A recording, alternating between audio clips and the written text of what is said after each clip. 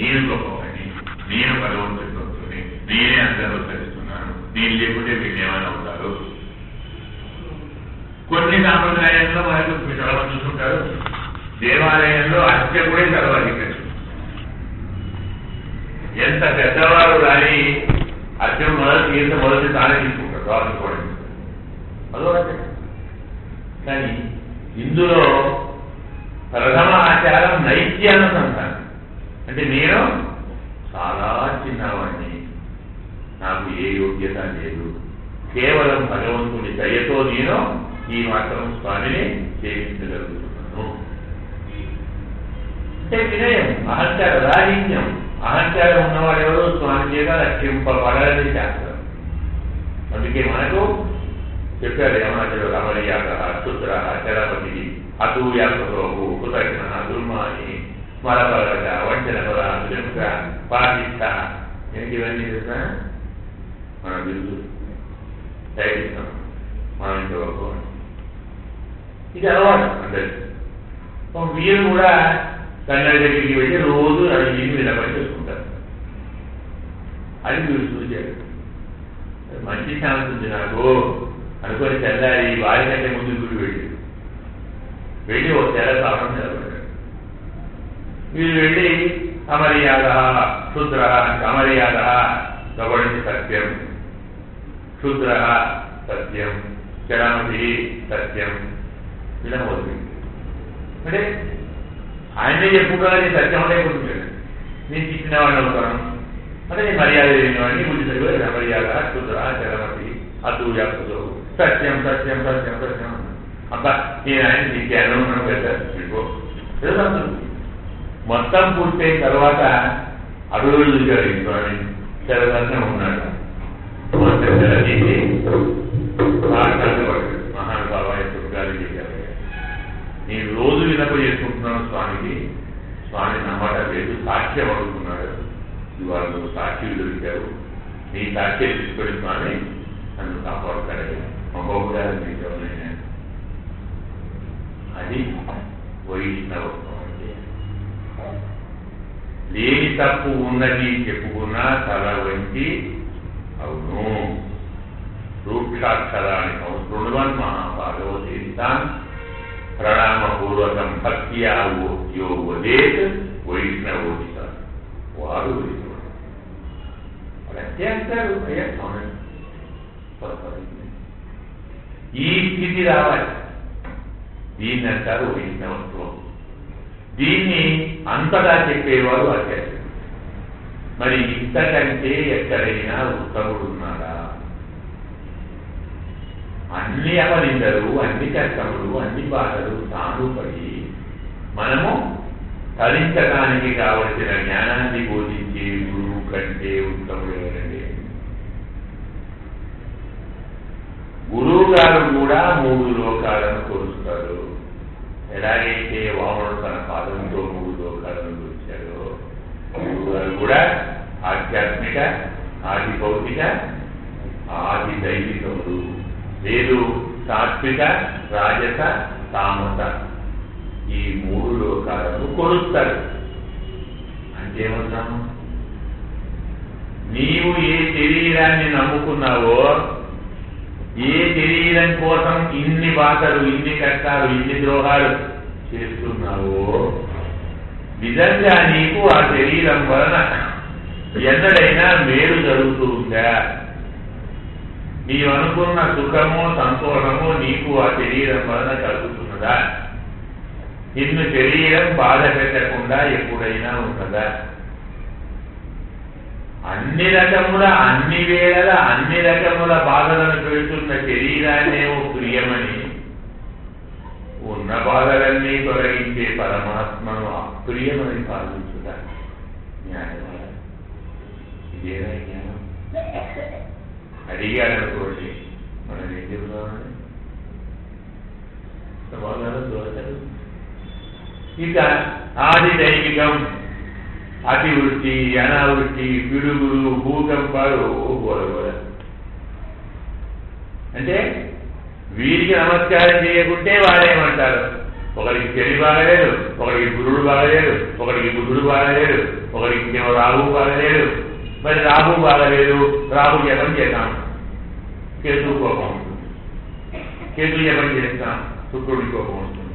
శుక్రుడిని జపం చేస్తాం, ఇంకోరు శని కోపం ఉంటుంది. అందరూ జపం చేద్దాం. అందుకే ఏకాదశక్తి గోవిందే కింకురు వచ్చినవగా పరమాత్మ రాజ్యంతో అందరూ శాంతిస్తారు. ఆ తత్వం తెలియక ఒక్కొక్క దేవతలు పేరు పేరున చేస్తూ ఉంటే వారు మొత్తం ఇవ్వలేదు, ఇచ్చేవాడిని ఇవ్వలేదు. నాకెందుకు బాగా వాడిని అడుగుతున్నాడు, వాడు ఇవ్వని ఊరుకుంటాడు. స్వామి చెప్తాను మనం చెప్పాను కదా, రక్షిస్తాను రా బాబు, అక్కడ ఏదైనా మీరు కాపాడుకుంటారు, ఆయన నిద్రపోతాడు. కాబట్టి దేవతాంతర మతాంతర సాధనాంతరములను విడిచిపెట్టాలి. ఆ మాట చెప్పేది ఒక్క గురువులే. అనన్యాశ్చింతయం సోమం, అనన్య వాడికోదండం, వీడికోదండం, నీకోదండం, నాకెందుకు వాడికి ఏకాగ్రత కావాలి, నిత్యరత్వం కావాలి, అనన్యత్వం కావాలి. ఇలాంటి దాన్ని గురువు బోధిస్తారు. ఇలా ఆది భౌతికం కానీ, ఆది దైవికం కానీ, ఆధ్యాత్మికం కానీ మనలో ఎలాంటి అనర్థములను ఆపదలను కలిగిస్తారో చెప్పేవాడు గురువు. కూడా ఊరకు అడంగా 3 లోకాలను తన పాలన తోటి కొలిచేవాడు. అంటే ఏమిటి? ఒక్కసారి శ్రీమద్ రామానుజ శరణం శరణం ప్రపంచే తెలుసా అండి ఎవరికైనా? ఎలాగైతే మనకు నారాయణ రహస్యత్రయం ఉందో రామానుజ రహస్యత్రయం కూడా ఉంది. 199 మందికి తెలియదు, పూర్తి ప్రబంధనకు మాత్రమే తెలుసు. ఎలాగైతే అష్టాక్షరి, ద్వయమంత్రం, చరమ మంత్రం తాను నారాయణుడికి ఉందో ఈ 3 భగవద్ రామానుజులకు. చాలా మంది మహామహాపెద్దలు కూడా వీరి జోలికి వెళ్ళరు. అది వెళ్ళాలంటే ఆచార్య ప్రావణ్యం కావాలి. అలాంటి పరాశర భక్తులు మహానుభావులు దేవాలయానికి వెళ్ళి స్వామికి నమస్కరిస్తుంటే వారి శిష్యుడు అప్పుడే వచ్చాడు లోపలి. అక్కడ రంగనాథుడు ఉన్నాడు, ఇక్కడ గురువు గారు ఉన్నాడు. మరి ఇప్పుడు ఏం చేయాలి? దండం పెట్టాలి. ఎవరికి పెట్టాలి? దేవుడికి పెట్టాలా, గురువుకి పెట్టాలా? ఏమో ఆయన ఉండగా గురువు పెట్టి ఎవరుకుంటాడు అని అప్పటి రోజుల్లో ఆయన కూడా మాట్లాడేవాడు. అన్నారు అక్కడికి వెళ్ళాడు నమస్కారం. ఏమిటా నా దగ్గరికి వచ్చావు? గురువు గారు ఉన్నారు ఎలా తప్ప పోయాడు. అదేమి నా దగ్గరికి వచ్చావు? స్వామి ఉండగా నన్ను నీకెవరిచ్చారా? గురువు గారు ఇచ్చేవారు మన దగ్గర భగవంతులారా మళ్ళీ వచ్చారు కదా. అయ్యా నన్ను నీకు ఎవరిచ్చారని అడిగారండి. అది వాళ్ళని ఇచ్చింది మీరే కదా. అదే మాట నేను అడుగుతున్నాను, చెప్పు. నన్ను నీకు ఎవరిచ్చారు? భగవంతుడు ఉన్నాడని మనకు చెప్పిందే. దేవుడు లేడు నేనే అది అని ఒప్పుకుంటున్నా. మనకు పరమాత్మ ఉన్నాడు, పరమాత్మ దయాళుడు. ఒక్కసారి వాడిని ఆశ్రయించండి, ఈ కష్టాలు చెప్పిందేవాడు. దేవుణ్ణి కూడా ఇచ్చిన వాడు గురువయ్యా. అందుకే ఉత్తమం పేర్పడి అస్మత్ గురుభ్యో నమః అని మొదలు పెడదాం వ్రతము అంటున్నాడు. కోటి ఉలకు అడంత ఉత్తమం పేర్పడి జీవుల్లో ఉండేటువంటి తాపత్రయములను, గుణత్రయములను పరపాదముతో కొలిచి ఆరగించి పరమాత్మను అందించేటువంటి పరమోత్తముడైన గురువు గారి నామాన్ని కీర్తించి అస్మత్ గురుభ్యో నమః నాన్నగారిని అవైకుంఠాన్ని నీరాడిన మనం ఈ భగవత్ ఔషధం అనేటువంటి వ్రతాన్ని ఆచరిస్తే తీంగిటి నాడెల్లాం తింగళ్ ముమ్మారు తెలుసు. మనకు అన్ని బాధలు తొలగుతాయి. మనం చెప్పుకున్నాం, అతివృష్టి, అనావృష్టి, ఎరుకలు, చిలుకలు, మిడతలు, రాళ్ళు. ఈ 6 ఈటి బాధలు అన్నాం. అలాంటి ఈటి బాధలు మనకు 6 ఉన్నాయి. మనకుంటే జీవుడికి ఏమిటి? దేహాత్మాభిమానము, అంటే శరీరమే ఆత్మ. ఇది పెద్ద అభిమానం. పెద్దది మొత్తం సంసారానికి మూలం ఇది. నేను అంటే శరీరం అండి. శరీరమే ఆత్మ. శరీరం కంటే విడిగా ఎక్కడ ఉంటే చూపండి, కనబడదు. లేదండి, ఇది ఒక్కటి ఇదే ఆత్మ. ఇదే ఆత్మ కాబట్టి మనం చేసే పనులన్నీ దీనికోసం చేయాలి. శరీరం సౌకర్యంగా, సౌఖ్యంగా, సంతోషంగా, విశ్రాంతిగా ఉండటానికి కావలసినవన్నీ చేయాలి. దానిలో ఉన్న ఎక్కడుంది కనపడదు. కాబట్టి మనస్సు గురించి కానీ, బుద్ధి గురించి కానీ పట్టించుకోవద్దు. నువ్వు ఎందుకు బతుకుతున్నావు? తినటానికే బతుకుతున్నాను. ఎందుకు తింటున్నావు? నిత్యం చెప్పాలి, బతకడానికే తింటున్నాను. నేను చెప్పాలి. ఇలాంటి స్థితి ప్రమాదం. శరీరమే ఆత్మ అనుకోబట్టే నేనంటే శరీరం, నాది అంటే శరీరం కోసం ఏర్పరచుకున్నామని నాది. భార్య నా భార్య, ఇల్లు నా ఇల్లు, పుత్రులు నా పుత్రులు, సంపద నా సంపద. నువ్వెవరో శరీరం. ఇది పెద్ద దప్పటి, పెద్ద మహావ్యాధి. ఎన్ని పెట్టినా తగ్గదు. దీనికి ఒక్కటే ముందు శ్రీపాద తీర్థం. గురువు గారి పాదతీర్థ పుచ్చుకుంటే ఈ రోగం పోదు. ఇది వేరే మందే. ఇది మొదటి తప్పు. దేహాసక్తాత్మ బుద్ధి.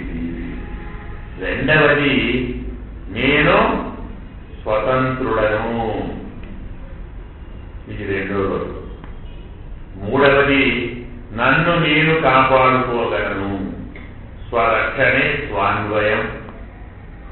కాపాడుకున్నామండి. ఎవరిని వారు కాపాడుకోగలిగితే మరి పుట్టిన వారందరూ బతికే ఉంటారు. ఎందుకు చెప్తున్నానండి? కాపాడుకోలేదు, కాపాడుకోండి. అదొక్కటి తప్ప అన్ని చేయగలం అంటారు. డాక్టర్ ఏమంటారు? నువ్వు బతుకుతావురా ఎప్పటిదాకా? సత్యేదాకా. నేను గ్యారెంటీ నువ్వు సత్యేదాకా బతుకుతావు. సత్యపడి ఏమన్నా ఏమన్నా. కాబట్టి ఇది నన్ను నేను కాపాడుకుంటాను. ఇది మూడవది. నాలుగవది ప్రధానమైనటువంటిది విషయ చపలతి. శబ్ద, స్పర్శ, రూప, రస, గంధములే మనకు ఆదరణీయములు. నాలుగవది, వీరంతా నా బంధువులే, బాంధవా బాంధనోడ. ఐదవది, భగవంతునికి తప్ప అందరికీ నేను సాధుడు. ఇతర శ్రేయసత్వ బుద్ధి అంటాం. దేహాసక్తాత్మ బుద్ధి, స్వతంత్ర బుద్ధి, స్వరక్షణే స్వాన్వయ బుద్ధి, బాంధవ ఆభాస బుద్ధి, అలాగే విషయ చాపల్య బుద్ధి, ఇతర శ్రేయసత్వ బుద్ధి. ఈ 6 రోగాలు మనందరికీ ఉంటాయి. ఇవి పోవాలంటే గురువు గారిని ఆశ్రయించాలి. గురువు గారు అష్టాక్షరి మంత్రోపదేశం చేస్తారు. అని చేస్తే శరీరమే ఆత్మ అనేటువంటి భావన అష్టాక్షరిలో మొదటి ఉండే ఓం అని. ఆ ఓములో 3వ అక్షరం ఉంది మకారం. దాన్ని కొంచెం ఆలోచిస్తే శరీరం ఆత్మ కాదని తెలుస్తుంది. అదేంటి మకారాన్ని అర్థం చేసి శరీరం ఆత్మకారం కూడా ఏంటి అంటే మన అవబోధనే ధాతువు. మకారము అంటే జ్ఞానము కలది అర్థం. ఆత్మ అంటే ఏది? జ్ఞానము కలది ఆత్మ. శరీరానికి జ్ఞానం జరగదు.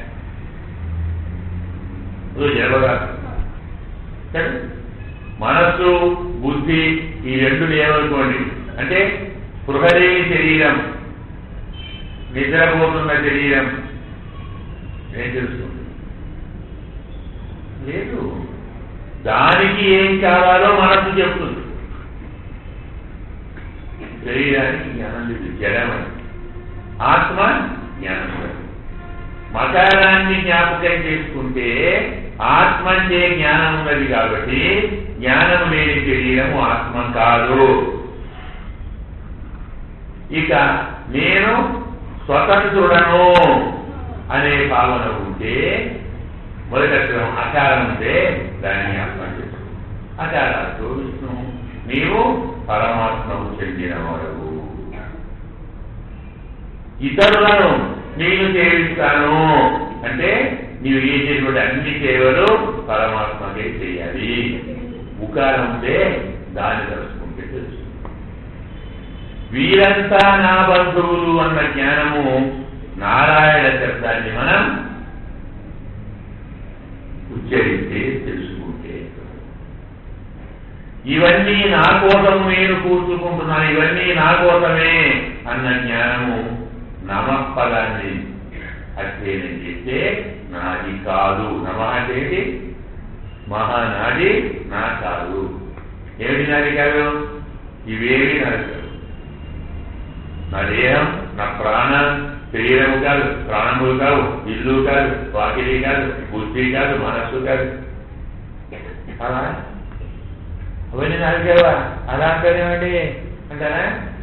నిజంగా ఇవన్నీ నీవే అయితే నిన్ను బతికించాలన్నా సంపాదన తెలియాలి. బతికించాలేదా? బతికిస్తున్నాయా? నల్లగా ఉన్న కేశములు 60 రాగానే ఏమవుతున్నాయి? రాగను కూడా కొడుతున్నటువంటి పండ్లు 70 రాగానే ఏమవుతున్నాయి? ఎక్కడో కిలోమీటర్లు పారవచ్చి చెవులు ముదర్శన ఎందుకు రావడం లేదు? అంగం గరితం ఫలితం ఉండం దర్శన విలీనం జాతం చూడం. ఎవరిని? ఆదిశంకరుడు. శంకరాచార్య చూస్తే శరీరం ముడతలు పడుతుంది, శిరస్సు నెరిసిపోతుంది, నోరు పండు వేసుకుంటారు. దర్శన విలీనం జాతం చూడం. వృద్ధోయాతి గృహీత్వా దండం. చివరికి వాడు చేతిలో కట్టె పట్టుకొని పోతాడు. ఇన్ని జరుగుతాయి కానీ తదపి నముంచేది ఆశాపిండం. 104 ఏళ్ళ అబ్బాయి అయినా తాత పెళ్లి చేసుకుంటావా? నాకెవరిస్తారు అంటాడు. నాకు పెళ్లి ఎందుకు అన్నాడు. నాకెవరిస్తారు అంటే ఎవరైనా ఇస్తే తదపి నముంచేది ఆశాపిండం. ఇది పోవాలి అంటే నమపదార్థ జ్ఞానం కలగాలి. నాది కాదు, నాది కాదు, నాది కాదు.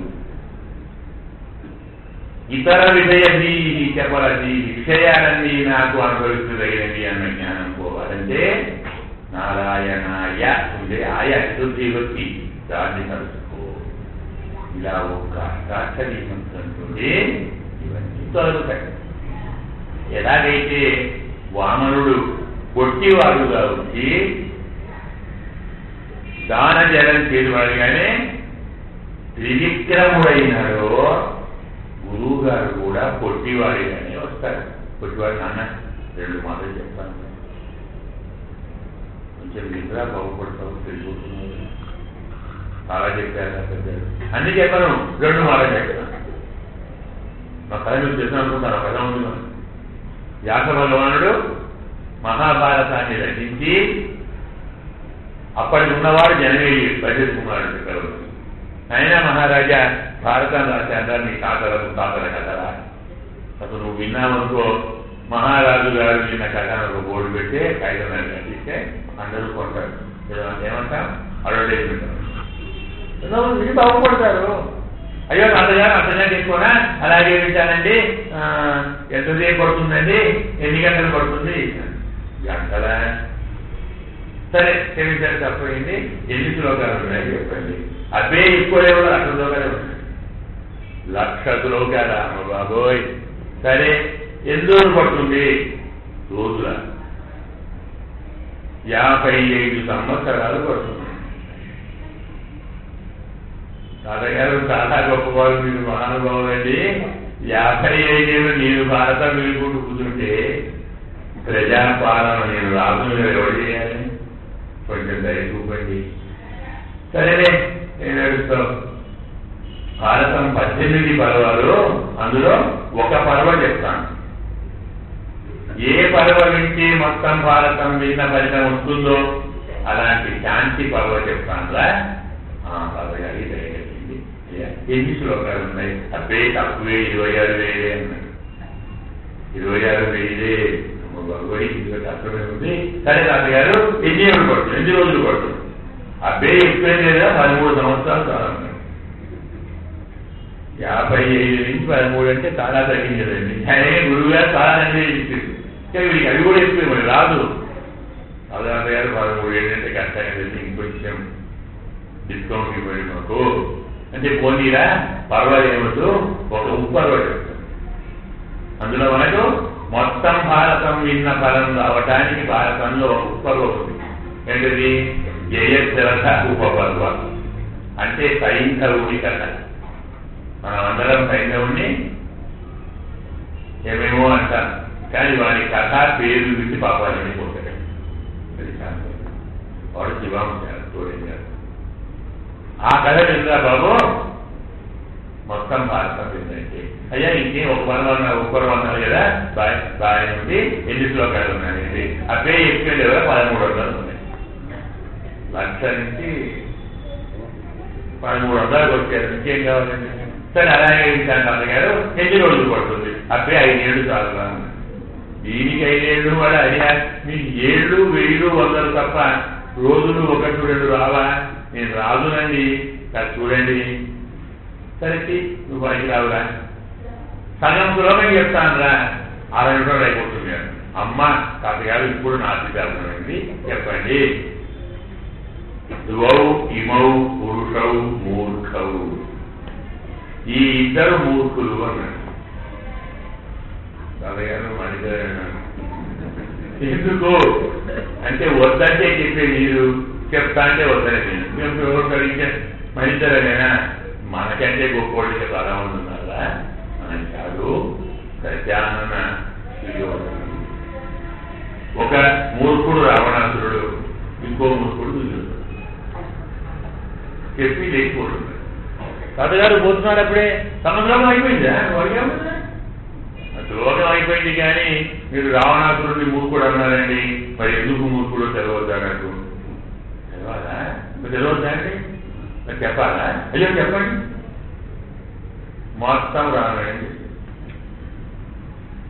చెప్పి లేకపోతున్నాడు. అదే ఇంకోటి ఉన్నానండి దుర్యోధనుడు, మరి వాడేందుకు మూర్ఖుడు చెప్పాలా? ఇప్పుడు టైం ఉందా? మరి అదే చెప్పండి ఇచ్చాను, మొత్తం రానండి. భారతం వినను అన్న జన్మజీవితో ఫైలుగా రామాయణం తీసి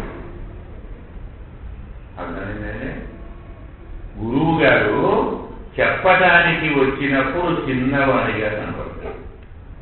వామన ఈయనకి ఏం చెప్తారు, తమరెడ్డి మంచి ఏం చెప్తారు, సరే చెప్పమని కదా. పొరపాటున వింటానని ఒప్పుకున్నారో వామనుడు కాస్త త్రివిక్రముడు. ఒక్క క్షణం చెప్పండి అన్న జనమేజీయుడు మొత్తం 76 సంవత్సరాలు విన్నాడు. భగవాన్ స్వామి కూడా కొట్టివాడిగా వచ్చాడు, అన్ని లోకాలు ఆచరించాడు. గురువు గారు కూడా కొట్టవేళ ఎంతసేపు అలాగ చెప్తాను, నువ్వే బాగుపడతావు వింటే నాకేం కాదు. అయ్యో చెప్పండి అన్నారు అనుకోండి, ఇక వాళ్ళు వెళ్ళిపోయాడు. ఒప్పుకుంటే చాలు, ఒప్పుకోవడమే కష్టం. పొరపాటు ఒక్కడు దొరికాడు వినటానికి, వాడిని వెళ్ళిపోయాడు. కొంత విన్న తరువాత వాడు గురువులు కదా ఆలోచించండి. శ్రీకృష్ణ పరమాత్మ అర్జునుడు ఏడుస్తూ ఉంటే ఏమన్నాడు? గతాసు అగతాసు నాను సూచించి పండిత. సత్యవాడి గురించి సావని వాడి గురించి పండితులు ఏడవరా అన్నాడు. ఏమర్థమైంది? వాడికి ఏం అర్థం కాలేదు. అయ్యో స్వామి నాకు ఏం అర్థం కాలేదు. శిష్యస్నేహం చాదిమాం స్వాం ప్రసన్నం. నేను నీకు శిష్యుడిని, నిన్ను తెరలు వేడాను, వివరించండి. అమ్మ దొరికావు, ఎంతకాలానికి నాటి తీరిందిరా. రహస్యం ఏంటంటే కృష్ణ పరమాత్మ అవతరించింది పరమాత్మ అని చెప్పుకోవటానికి కాదు, గురువు పోస్టు కోసం అప్లై చేశాడు పుస్తకం. ఎలాగైనా భగవంతుడు అందరూ తెలుసు అదే గొప్పదనండి. నాకు టైటిల్ రావాలి ఏమని గురువు గారి పోస్టుకు అప్లై చేశాడు. ఎన్నిసార్లు ఒక్కడిగాడే, ఒకడు జారుడు అన్నాడు, ఒకడు చోరుడు అన్నాడు, ఒకడు శూద్రుడు అన్నాడు, ఒకడు యాదవుడు అన్నాడు, ఒకడు ఇంకేదో అన్నాడు, ఇంకేదే ఒక్కడు దూరం అన్నాడు. 105 ఏళ్ళు అయిపోయింది, అవతారం సాధించాలి, ఎవరు దొరకడం లేదు. ఇప్పుడు ఒక్కడు దొరికాడు. అమ్మ దొరికావు అయ్యే కుటుంబం 700 శ్లోకాలు అయ్యేదాకా వాడిని వదిలిపెడితే ఉంటుంది. చివరికి వాడు అయ్యా స్థితోస్మి గత సందేహ కలిసి వచ్చినంతవా నువ్వు చెప్పినట్టు ఇంకా నాయన ఇక వదిలిపెట్టా బాబు అన్నాడు. వెంటనే ఏమన్నాడు దేవుడు, కృష్ణం ముందే జగద్గురు అనుకున్న కోరిక తీరింది గురువు గారు. అమ్మా అన్నవారు ఆయన నేను జగద్గురువునే అన్నప్పుడు నా కోర్టు నాకు వచ్చింది. పరమాత్మ కూడా గురువు గారి కోర్టు కోసం పోటీ వచ్చే మాట్లాడించండి. అంటే ఎవరు గొప్ప, గురువు గారా భగవంతుడా? గురువు గారు. ఆ గురువు గారు నామాన్ని మనం ఏం చేయాలి? ఇప్పుడు తీంగింది నాడెల్లాం ఈ 6 బాధలు తొలగించడానికి అష్టాక్షరి మంత్రాన్ని గురువు గారు పోషిస్తారు. దీని తర్వాత తింగళ్ళు 3 పెళ్ళు, నెలకు 3 వానలు కురుస్తాయి. ఏంటి 3 వానలు? అనన్య సచేతత్వం, అనన్య శరణ్యత్వం, అనన్య భోగ్యత్వం. వీటినేమంటారు? ఆకారత్రయము అంటారు. అంటే భగవంతుడికి తప్ప ఇతరునికి నేను దాసుడను కాదు, భగవంతుడు తప్ప ఇంకొక రక్షకుడు నాకు లేడు, భగవంతుడికి తప్ప ఇతరులకి నేను భోగ్యభూతుడిని కాదు. అంటే భగవంతుడే నాకు నన్ను అనుభవించేవాడు, భగవంతుడే నాకు రక్షకుడు, భగవంతుడే నాకు యజమాని. ఈ 3 వానలు ప్రతి నెలకు కురుస్తాయి. ఇప్పుడు 3 కైలు ఓంగి పెరుం చెన్నల్ ఊడు కయలుగడ పూంగువడై పోదిల్ పొరిగొండు కనపడు. ఈ శరీరాన్ని ఇదం శరీరం కౌంతేయ క్షేత్రని తిరిగి దీన్ని భూమి అంటారు. ఈ భూమిలో పరమాత్మ విత్తనం వేస్తాడు. ఏ విత్తనం? జీవ అనే విత్తనం పడేస్తాడు. ఇది ఎర్రని ధాన్యం కావాలి. ఎరుపు అంటే రక్తము, రక్తం. రక్తం అంటే రాగము, కోరిక, భక్తి. పరమాత్మను ప్రేమించే పైనే బాగా పెరుగుతుంది. భగవంతుడిని కాక నేను నా ఇల్లు, నా భార్య, నా పిల్లలు అనుకుంటే అంతే ఉంటాను. అదే ప్రశ్న ఏమడుగుతారు చాలా మంది? ఎన్నో పాశ్చాత్య దేశాలు ఉన్నాయి, అక్కడ ఈ మతాలు లేవు, అక్కడ ఈ కులాలు లేవు, అక్కడ ఈ పూజలు లేవు, అక్కడ వ్రతాలు లేవు, వాళ్ళంతా బాగానే ఉంటున్నారు కదా, వాళ్ళకు లేని మనకెందుకో.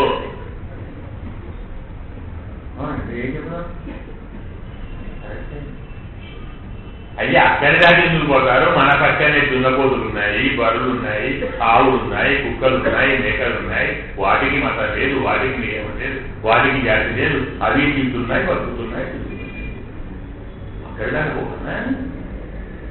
ఇవి లేని వారు బాగా ఉండటం లేదా? జంతువులన్నీ బాగానే ఉంటున్నాయి, పక్షులన్నీ బాగానే ఉంటున్నాయి, గోడలన్నీ బాగానే ఉంటున్నాయి. అలాగే మనం ఉన్నాం, ఏం బాగా మనకు వాటికి తేడా లేదు, సంతోషం తేడా లేదు. ఇంకేముంది? ఒప్పుకున్నారా? ఒకటేనా?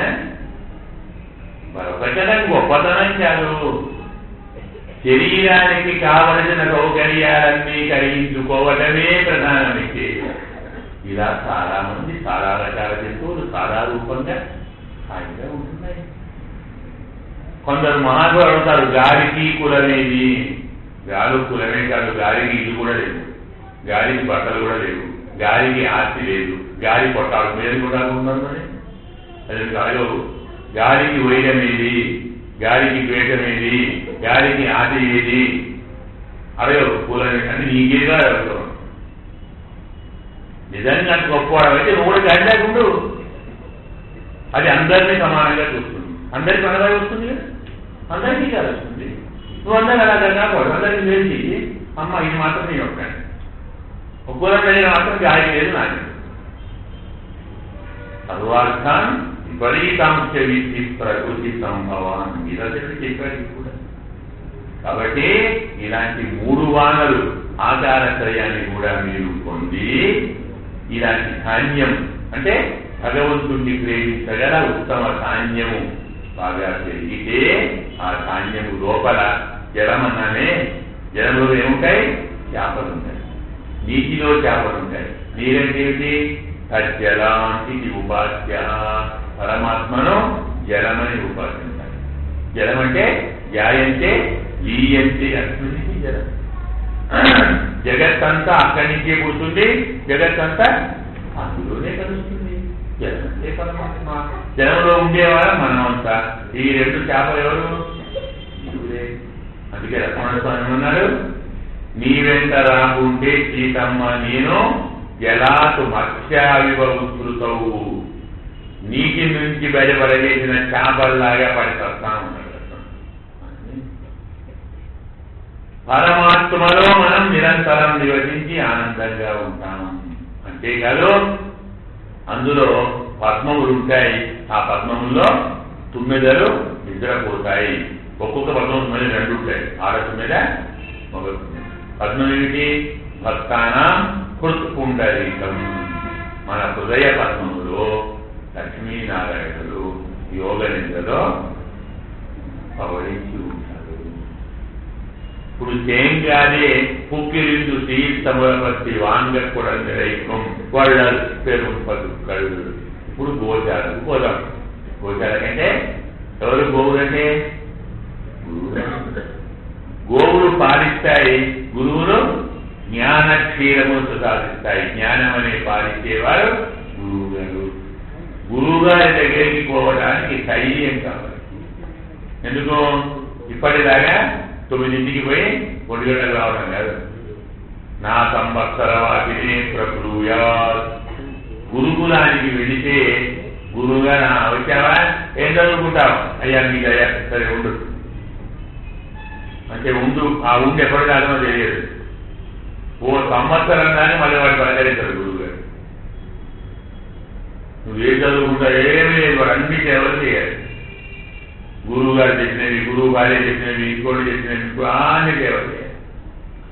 అలా చేస్తే అలాంటి 2 ఏళ్లకు గురువు గారు లేకపోతే ఆ నాయన నీకు శ్రద్ధ బాగానే ఉన్నట్టుంటే రేపటి నుంచి బాగా మొదలు పెడదాం అంటాడు. అది ఇష్టం. ఇప్పటిలాగా హంగర్ స్ట్రైకులు, నిరాహార దీక్షలు గురువు చుట్టూ చేయదు కాదు.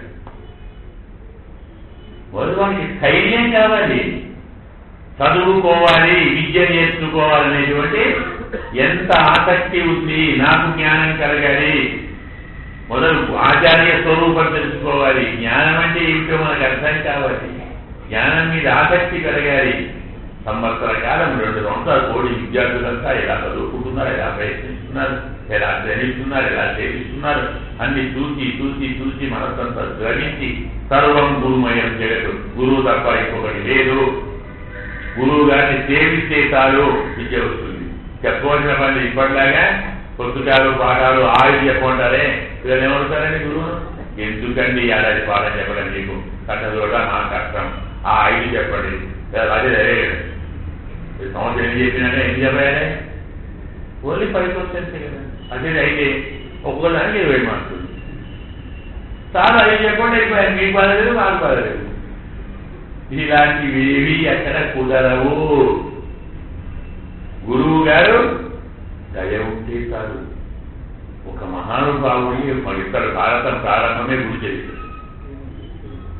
ఒక శిష్యుణ్ణి నాయన ఇగో 100 ఆవులు ఇచ్చానురా, వీళ్ళు తీసుకొని వెళ్ళి 1000 ఆవులు అయినాక నా దగ్గర చదవకుండా 100ను 1000 ఆవులు చేయాలి అయినాక అయ్యామని.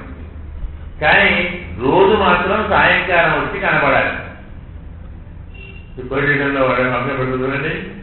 ఎవరు ఉంటారు కదా కొందరు మహానుభావులు దేవస్తులు, అలాగే రోజు వచ్చిపోవాలి.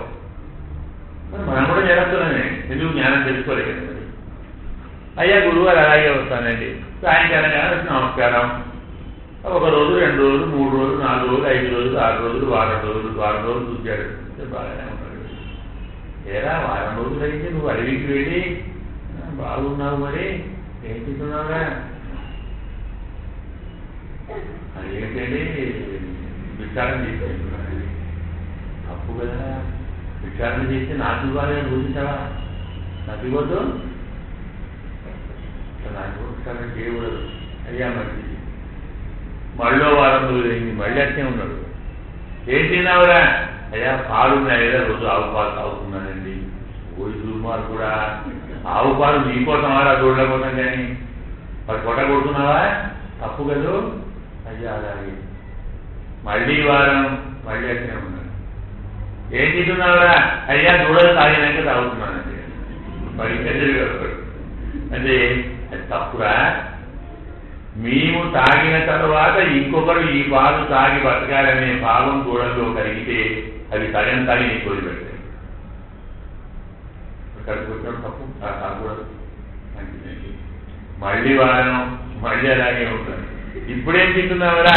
అర్థం ఏం లేదండి, దూడలు పాలు తాగుతుంటే వాడి నోటి నుంచి పక్కనికి దురుగు వస్తుంది కదండి, ఆ దురుగు తిని ఉంటున్నాను. అది ఉచితంగా తీసుకోకూడదు, తప్పు. అలాగే మళ్ళీ అంతే ఉన్నాను. ఇప్పుడేం తిన్నావురా? అయ్యా పండు తింటున్నానండి, చెట్టువి. అబ్బో ఇంకోటున్నాయా?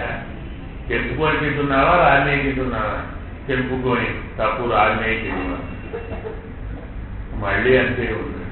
ఏమిరా మీరు చెప్పారు కదండి, రాలినే పండు తింటున్నాను అంటే నువ్వు చెట్టు కింద కూర్చుంటున్నావా, దూరంగా కూర్చుంటున్నావా? చెట్టు కిందనే కూర్చున్నానంటే కింద కూర్చుంటే దానికి రోజులా వచ్చి మీరు వచ్చాడని కావాలని కాలుస్తాయి. తప్పు, పక్కన కూర్చున్నాను. సరేనండి, పోయి పక్కన కూర్చున్నాను. మళ్ళీ అంతే. ఏం తింటున్నావురా? ఆకులు తింటున్నానండి. రాలినాకులా పచ్చాకులా? అయ్యా రాలినాకులే తింటున్నానండి. రాలినాకులు అంటే నువ్వు ఎక్కడ కూర్చుంటున్నావు? చాలా దూరంగా కూర్చుంటున్నానండి. అంత దూరంగా కూర్చుంటే చెట్టు కింద పడ్డ ఆకులు దగ్గర రావద్దు, వాయువుకు శ్రమ లేదు, తప్పులాగా అలాగేనండి. అప్పటిదాకా బాగానే ఉంది. వారం అయింది. ఆ రోజు సాయంత్రం వాడు రాలేదు. పిల్లవాడు రాలేదు. ఏమైంది? తానే పెట్టింది. ఇదంతా ద్వేషము కోపము కాదు, ప్రేమ బాగుంది శిష్యుడి మీద. సాయంకాలం వెళ్ళి పెట్టాడు గురువు గారి. అయినా ఎక్కడున్నావు? అది మాత్రం చూస్తే ఉపమన్యం ఎక్కడ ఉపమన్యం ఉన్నాడు లేదు. పోతే గురువు గారు అన్నాడు. ఎక్కడున్నావురా? అయ్యా గోతిలో ఉన్నాను. ఏమైందిరా? అయ్యా ఏం తింటున్నాడో ఆకలి తట్టుకోలేక జిల్లేరి పాలు తాగుదామని ఆకు చెప్పానండి. ఆ పాలు కాస్త కళ్ళలో పడ్డాయి, 2 కళ్ళు పోయాయి, గోతిలో పడ్డాయి. పోయిస్తున్నప్పుడే వాడు ఏమన్నాడు? మరి సరేనే ఓ మంత్రం చెప్తాను, జపం చేయి అని ఓ మంత్రం చెప్తాను. జపం చేసి నేను కొడుతున్నాను. వాడు జపం చేశాడు. సూర్యుడు వచ్చాడు. అయినా జపం చేయాలి. ఏం కావాలరా? నాకేమవుతాండి? పిలిచావు కదా, నేను ఎక్కడ పిలిచానండి? జపం చేశావు. మా గురువుగారు చెప్తే చేయమంటే చేశాను. ఏం కావాలి ఆయన అడిగాడు. నన్ను కలుగుతాడు. ఓహో నాకు ఇదో డ్యూటీ వచ్చిందా? అయినా గురువు నీకు డ్యూటీ పడుతున్నాడు, పోయి చెప్పబోయేవాడికి పోయి పిచ్చి వాళ్ళ కళ్ళు కావాలని చెప్పురా. కళ్ళు కూడా కదా. అయ్యా కళ్ళు కావాలనండి. గురువుగారు మరి మధ్య లేదు. అప్పుడు నువ్వు వేదాహతే పాంతు, నీకన్ని వేదాలు పాటించాలి. సంతలు, రైటింగ్లు, కాపీలు పడడాలు ఏది ఏకవాక్య ప్రభావేన విద్యా విచారణా అంటాడు. ఒక మాట కాదు. అంటే ఏమన్నది? అలాంటి స్థితి మనకి ఇస్తున్నారు. దాన్ని చెప్తున్నా. అంత స్థిరంగా వెళ్ళగలగాలి గురువు గారి దగ్గరికి, కూర్చోగలగాలి. కూర్చొని కింద కుండలు పెట్టాలి. అంటే ఆవుకు పొదుగు అంటాం. ఆ పొదుగుకు 4 ఉంటాయి పిరములు. మనం వాటిని పట్టుకొని పాలు పిండుతాం. గురువు గారికి కూడా 4 ఉంటాయి. ఏంటది? నన్ను భగవంతుడు ఇక్కడికి పంపినది శిష్యుడికి బోధించడానికే. నాకు మా గురువులు ఇన్ని పాఠములు చెప్పినది మేము శిష్యులకు చెప్పడానికే. 3 అజ్ఞానంతో బాధపడుతున్న శిష్యుల ఆస్తిని చూసి సహించలేకపోతున్నాడు. 4 ఎవరికి ఏ కొంచెమైనా చెప్పకుంటే తాను బతకలేకుండా. అడుగు అడగక కూతో చెప్తాను. వెళ్ళి మరి మనకు తెలుసా, మీకు తెలుసనుకుంటారు, చూసుకుంటారు మహానుభావులు. మన దగ్గర ఒక క్షేత్రం నృసింహ క్షేత్రం, ధర్మపురి నృసింహ క్షేత్రం, గోదావరి తీరం ధర్మపురి. ఇప్పుడు పరమోదించేద్దాం. అక్కడ మహానుభావులు ఉండేవారు, సాంబయ్య గారు, శాస్త్రి గారు. మధ్యాహ్నం 3 అయిందంటే మండపానికి పెట్టేవారు, పాల మండపాన్ని, గుడి మండపాన్ని. లక్ష్మీ నరసింహ వినం అని మొదలుపెట్టేవారు. బాగా ఆయనకే వీరి గొంతు విన్నారంటే ఓహో 3 అయింది పరిగెత్తు వచ్చేవాడు వినేవాళ్ళని. చెప్పండి, ఉండలేడు. ఆవులు కూడా దూడలకు పాలు ఇవ్వకుండా బ్రతకలేవు. దూడలకు పాలిస్తుట వాటిని బతికించడాని కోసం కాదు, మేము బతకడానికి. తల్లి దగ్గర పిల్ల పాలు తాగకుండా అలాగే ఉంటే తల్లికి దేవుడు చెప్తారు. మీకు ఏమవుతుంది? తల్లి పక్షస్థలం కాస్త మొత్తం గడ్డలు కట్టిపోతుంది. నాకు కలగబోయేటువంటి బాధను తొలగించడానికే నా పిల్లలు నా దగ్గర పాలు తాగుతున్నారు. నాలో ఉన్న పాలన్నీ వ్యర్థం కాకుండా ఉండడానికి దూడలు నా దగ్గర పాలు తాగుతున్నాయి. నేను చదువుకున్నదంతా నాలో ఇవ్వడం కాబట్టి శిష్యులు వచ్చి అడిగి నాకు ఉపకారం చేస్తున్నారు. శిష్యులే ఉపకారం చేస్తున్నారు. ఇది నాకు మేలు కానీ వారికి మేలు కాదు. ఆవులలాగే భావిస్తాయి, గేదెలలాగే భావిస్తాయి, కళ్ళలాగే భావిస్తారు, గురువులలాగే భావిస్తారు. కింద పెట్టిన కుండ పెట్టడం చాలు ఎడుతాయి. శిష్యుడు వచ్చే చాలు పోషిస్తూనే. అందుకే పుక్కిరిందు తీర్థ ములపట్టి వాంగకుడందరైకం వళ్ళలు పెరుగుపడుతుంది నీవుగా. అంటే గురువు గారి దగ్గరికి వెళ్ళి బోధించండి అడగని వాడిని పాపం. వచ్చి కూర్చున్నాడు, రాలేదు, పిలిచి మరీ చెప్తాడు. కూర్చోరా, ఒక మాట చెప్తాను చెప్తా. ఒక్క మాట విన్నాడని కూడా వాడికి కూడదు. అయ్యా బాగుంది, ఇంకో 2 చెప్పండి. అది బాగుంది, ఇంకో 2 చెప్పండి. వినడానికి కావలసిన శిష్యుణ్ణి తానే పిలిచి ముందర కూర్చోబెట్టుకొని తత్వాన్ని బోధించేటువంటి మహానుభావుడి కంటే ఉత్తముడు ఎక్కడున్నాడు? ఇలాంటి అస్మద్ గురుభ్యో నమః అనేటువంటి వాక్యంతో నిన్నటి పాఠురానికి వ్యంగ్యార్థము ఆచార్య వైభవం అని చెప్పుకున్నాం.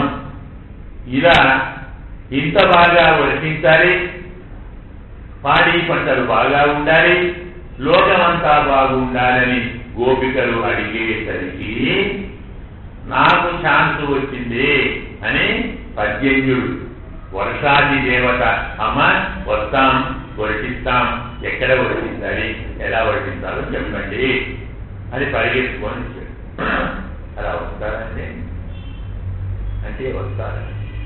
ద్రవంతి దైత్యా ప్రణమంతి దేవతా, అలాగే అపయాంతి అరయ యత్కీర్తనాన్. మనకు స్తోత్రం ఉంది, విష్ణు ధర్మోత్తరం అని ఒక పురాణం, విష్ణు పురాణంలోది 2వ భాగం. అందులో మాంగళ్య వివృద్ధి స్తోత్రం చాలా మందికి వచ్చే ఉంటుంది, తెలిసి ఉంటుంది. మన అతివల్ సినిమాల్లో ఉంది, చాలా స్తోత్రం. మమాస్తు మాంగళ్య వివృద్ధయే హరికి, ఇది మకుట. దీంతో శ్లోకాలు ఉన్నాయి.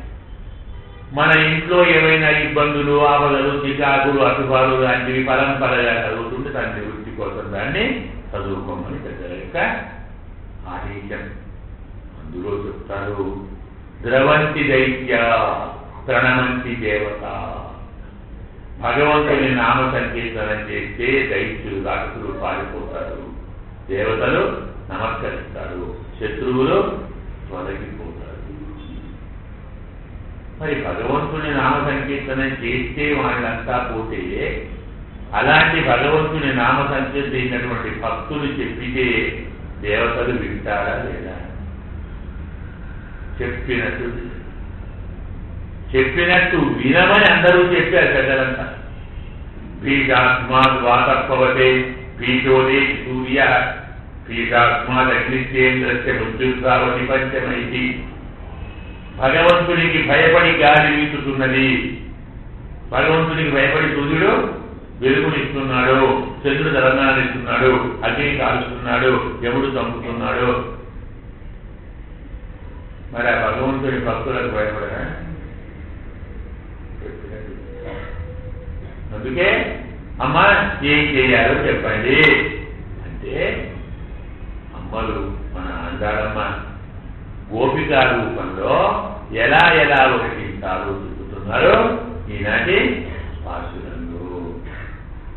ఆడి మழை కన్నా వన్ను నీకైకరవే ఆడియుల్ కుక్కు ముఖందుకొడు ఆర్తేరి గురుల వనులు వంబోల్ మైకరత్తో பாடியந்தோருடை பத்மநாபன் கையில் ஆடிபோடு நின் நிவரம் குறிப்பொன்னதெறிந்தோ தாதாதே சார்மல் திறமட போல் வாரவரையில் பேசினாய் நான்களும் மார்கழி நீராட மகிழ்ந்தே நுரெம்பாவாய் ஆண்டாள் திவ்ய திருமொழிகளே சரணம்.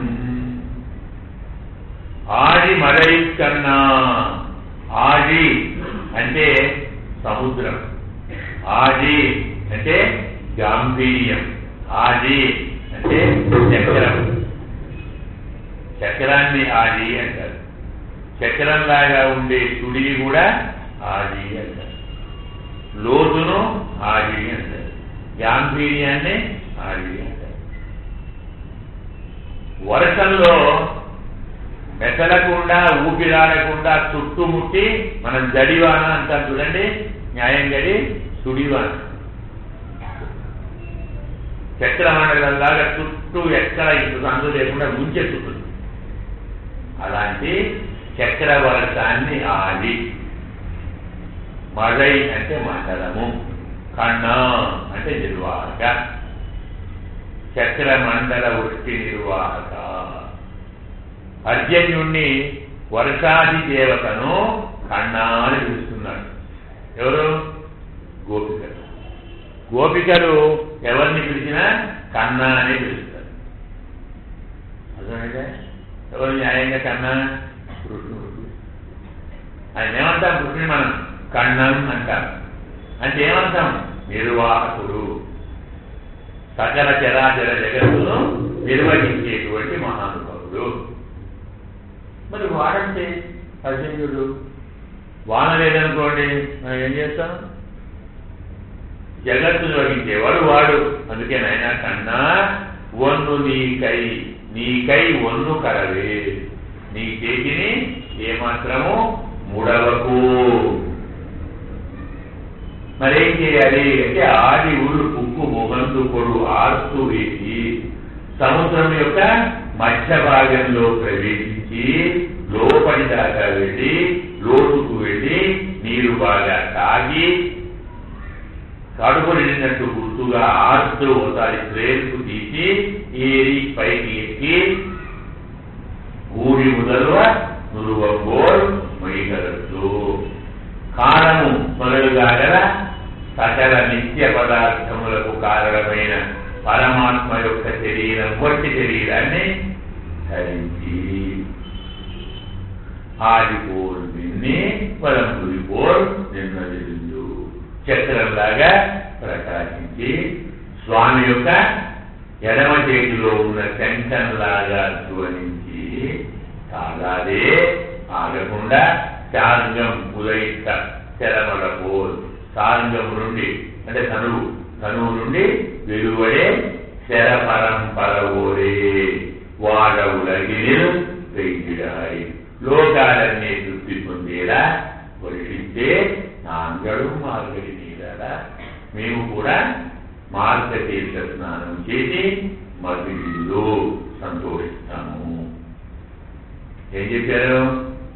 వర్షాంతి దేవత పర్జన్య నీవు నీ చేతిని ఏమాత్రం ముడుచుకోకుండా విస్తృతంగా వర్షించు. మరి అంత బాగా నీవు వర్షించాలంటే నీకు నీరు కావాలి కదా. చిన్న చిన్న చెరువులు నదులు నీకు సరిపోవు, సముద్రంలోకి వెళ్ళు. అది కూడా ఒడ్డున కాదు, మధ్య భాగంలోకి వెళ్ళు. అందులోనూ లోతుకు వెళ్ళు. కడుపు నిండా నీరు తాగు. కడుపు నిండట్టు గుర్తిగా ఒక పేరు తీయి అంటే గర్జించు.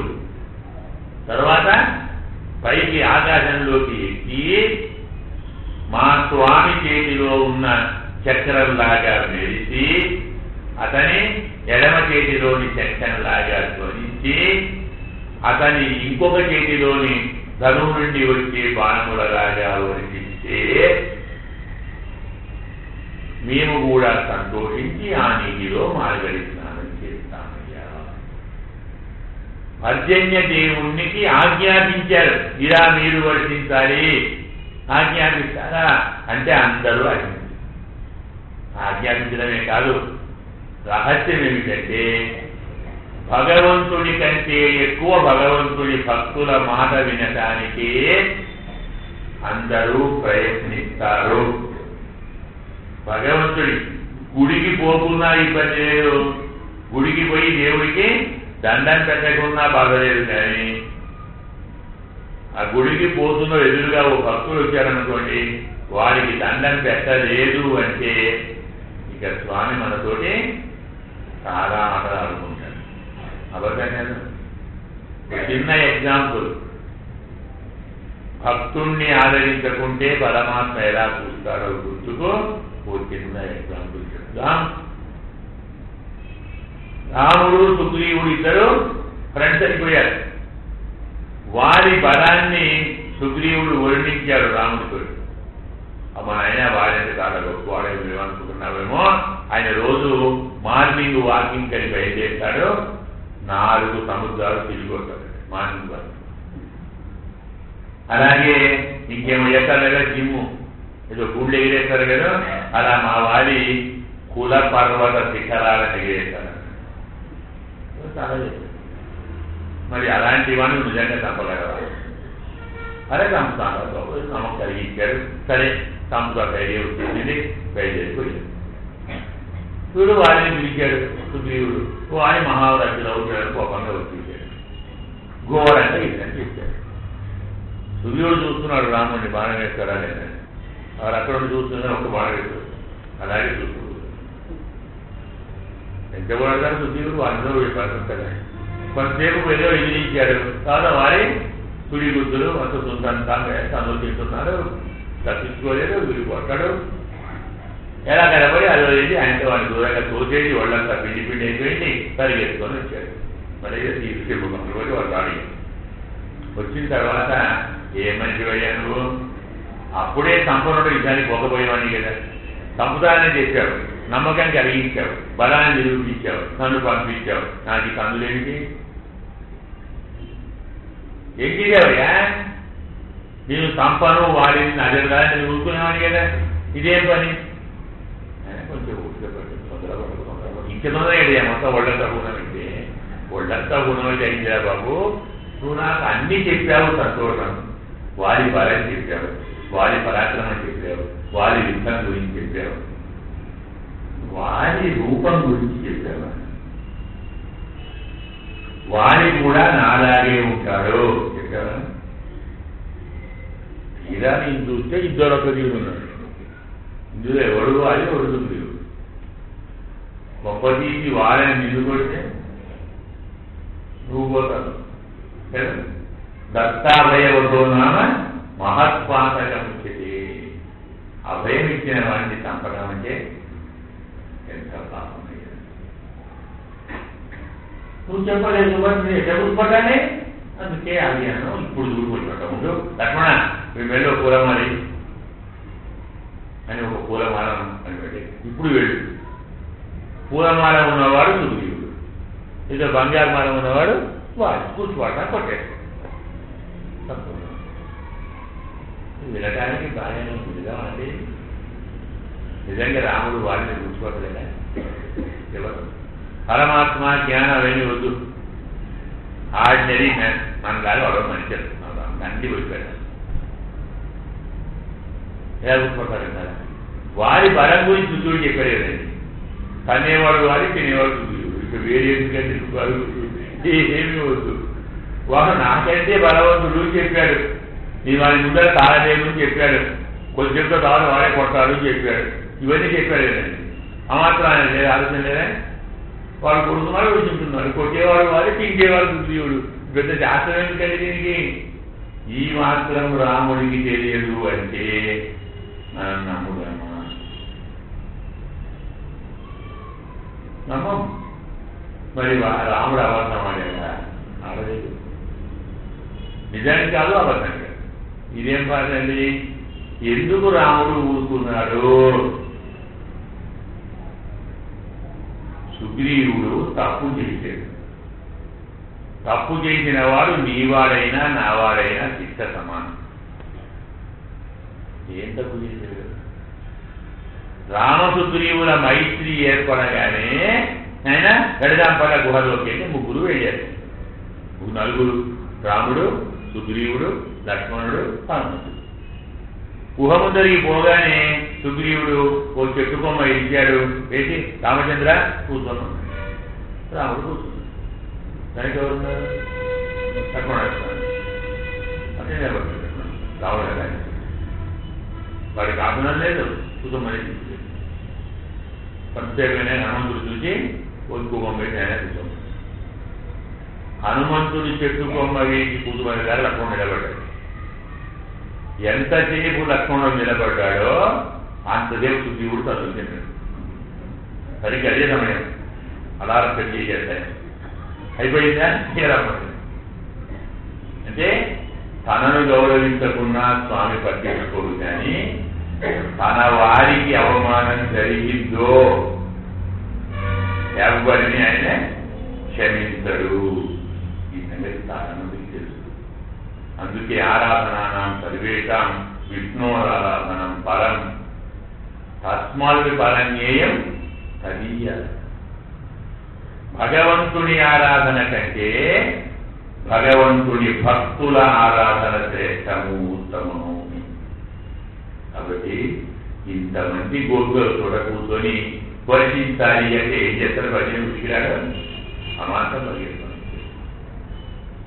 అందుకే ఇలా వర్షించు వన్ను నీ కైకల వేరు, నీ చేతిని ఏ మాత్రం ముడుచుకోవద్దు అన్నాడు. అమ్మ నీకేం బాగానే చెప్తాను ముడుచుకోవద్దని, మాకోండి మా బాధలు మాకుంటాయి, మా బాస్ ఆర్డర్స్ అన్ని వేరున్నాయి, ఇలాగా లేవు. ఏం చెప్పాడు స్వామి?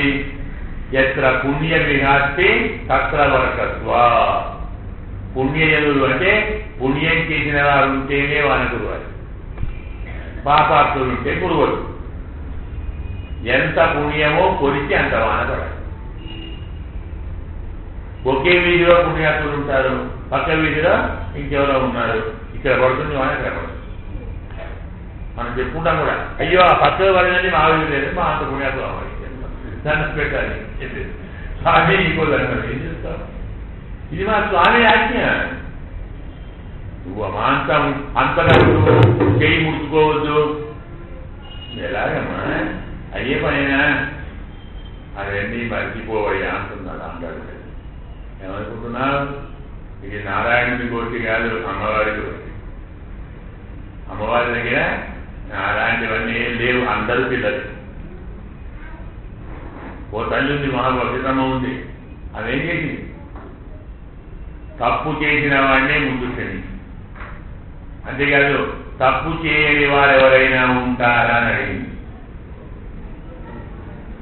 మాత మైథిలి రాక్షసి త్వయి సదైవ ఆద్రాపరాధాత్వమీ రక్షంత్య పవనాత్మజాత్ లఘుతర రామస్య గోష్ఠీ. మనము రాముని పార్టీయా సీతమ్మ పార్టీయా అంటే ఆ రాజుల పట్టాలు చెప్పాడు, మేమంతా సీతమ్మ పార్టీ అని. అలా కాకుంటే నాన్న పార్టీయా అమ్మ పార్టీ అంటే ఏమంటామని మనం? అమ్మ పార్టీ అని అదే చెప్తాను. ఓ చిన్న పిల్లలు 5-4 పిల్లలు ఉన్నాడు, 3 పిల్లలు నడుపుకోండి. అంటే తల్లిదండ్రులు కూర్చున్న సాయంకాలం ఏదో కష్టాలు పిల్లలు కూడా ఆటలాడుకుంటున్నారు. ఈ మధ్యన తండ్రికి బుద్ధి పుట్టింది. ఏంటది? పిల్లవాడికి నేనంటే ప్రేమనా అమ్మంటే ప్రేమనా? వాడికి తెలుసు అమ్మంటే ప్రేమ. చేస్తున్నా గొప్పతనం కాదు చేద్దాం అనుకున్నాడు. బాబు బాబు నీకెవరంటే ప్రేమరా, నేనంటేనా అమ్మంటేనా అడుగుతూ ఓ లడ్డు పట్టుకొని కూర్చున్నాడు. లడ్డు పట్టుకొని బాబు నేను కావాలన్నా అమ్మ కావాలన్నా ఎక్కడికి వస్తాను? వాడు అమాంతం పరిగెత్తుకొని వచ్చాడు నాన్న దగ్గరికి. అబ్బా నేను నావాడే అనుకున్నాను. వాడు ఎదుగు వచ్చాడు. లడ్డూ తీసుకుగా పోలేదు. నాన్న మీద ప్రేమ ఇయ్యడానికే. అమ్మ అయితే సార్ కొట్టినా అమ్మే, తిట్టినా అమ్మే, ఏం చేసినా మొదలుపెట్టదు. మనమంటే అమ్మకారు పరాజయుడు అంటారు, అపరాజయుడు అంటాడు. అంతమంది రాక్షస స్త్రీలు సుమారు 11 నెలలు నిన్ను పెట్టని బాధ లేదమ్మా. రావణం భయపడతాను. రావణాసురుణ్ణి భర్తగా పొందు వినవా, నిన్ను చంపేస్తాను. కంఠమధ్య విజంసాయ పీడయామకి మార్చెటి. గొంతుకిట్కే ఏంటిరా, ఏం చూస్తావు అంతవాడి అందరూ. అయ్యో తప్పు కదా, మీకు తప్పుంది కదా, ఖచ్చితంగా చెప్పండి పోయి. మానసీత మృతేతిహ నివేద్యత అంతతో రాజ్ఞి. అయ్యా రాజారాయ గారు, ఆ మంది వచ్చారు, అమ్మాయి చచ్చిపోయింది. వాడేమంటాడు, కాదని తినండి అంటాడు. కానీ వాళ్ళు బిస్కెట్ జాగ్రత్త, వాళ్ళకి ఏంటి వాళ్ళు కొంచెం అంగడి ఉంటారు. బ్రేక్ఫాస్ట్ అంటారు, వాళ్ళకి బ్రేక్ఫాస్ట్ ఏం చెప్తారు. మనం కూర్చొని హాయిగా ఆరగిద్దాము. మీరంతా ముందే చెప్పండి, వారు కొట్టాలని నాకు నచ్చదు. మీకేం కావాలి చెప్పండి. తలకాయ కావాలా, గుండెకాయ కావాలా, చేతులు కావాలా, ముక్కు కావాలా, కాళ్ళు కావాలి, ముందే చెప్పండి. ఎవరెవరికి ఏం కావాలి చెప్తే ఆయా భాగాలని వేరే పెడతాం. అందులో కాస్తంత సురాచారీయతాం క్షిప్రం సర్వశోక వినాశిని. ఉత్తమాసం ఏం బాగుంటుంది, కాస్త మధ్యాహ్నం నచ్చుకోవద్దా, అది చెప్తున్నారు. సర్వశోక వినాశిని అని ఎంత హాస్యం అంటే ఉన్న దుఃఖం అంతా పోగొడుతున్నారు. మధ్యం ఎప్పుడు తగినది కాదు అంటాడు. కొన్ని వాడిన తర్వాత మేలు చేస్తాయి, కొన్ని వాడిన తర్వాత కీడు చేస్తాయి. ఔషధం మందు, రోగాన్ని పోగొట్టే మందు ఉంటే అది వేసుకున్నప్పుడు బాగా ఉంటుంది, వేసుకున్న తర్వాత సుగంధ తగ్గిస్తుంది. ఈ మందు ఉంటే వేసుకుంటున్నప్పుడు బాగుంటుంది, వేసుకున్న తర్వాత మనం నిజంగా కాకాసి పోగొట్టే ఇది పరిస్థితి. ఇలా సురతో సహా ఆరగిద్దాం. అందరు చెప్పండి, గొంతు తీసుకెళ్ళండి, ఆలోచించండి. ఒక అమ్మాయి, బ్రతికి ఉన్న అమ్మాయిని కూర్చోబెట్టి నీ గొంతు తీసుకుతాం, చంపుతాం, నీ తలకాయ తీస్తాం, నీ గుండెకాయ తీస్తాం, నీ చేతులు కొడతాం, నీ మాంసాన్ని ముక్కలు చేసుకుంటాం, మధ్యలో నచ్చుకొని తింటాం అంటుంటే ఆ హృదయం ఎంత శోభించాలండి. నిజంగా ఇప్పుడే కావాలి. ఇంత బాధ పెట్టిన వారందరూ చుట్టూ ఉంటే రావణాసురుని సంహారం అయిన తర్వాత హనుమంతుడు వచ్చి, అమ్మ సీతమ్మ రావణాసురుని చంపాడమ్మా, నీ భర్త రాముడు గెలిచాడమ్మా, లంకకు రాజు విభీషణుడు తల్లి, నువ్వు ఎలాంటి విచారంతో పొందేనమ్మా. ఇంత బాగా వార్త చెప్తే సీతమ్మ అలాగే చూస్తూ కూర్చుంది. అయ్యో తల్లి, నేనమ్మా హనుమంతుడిని రామదూతుడు, అప్పుడు వచ్చాను చూడు, మర్చిపోయావా, గుర్తుపట్టలేదా? నాయన గుర్తుపట్టాక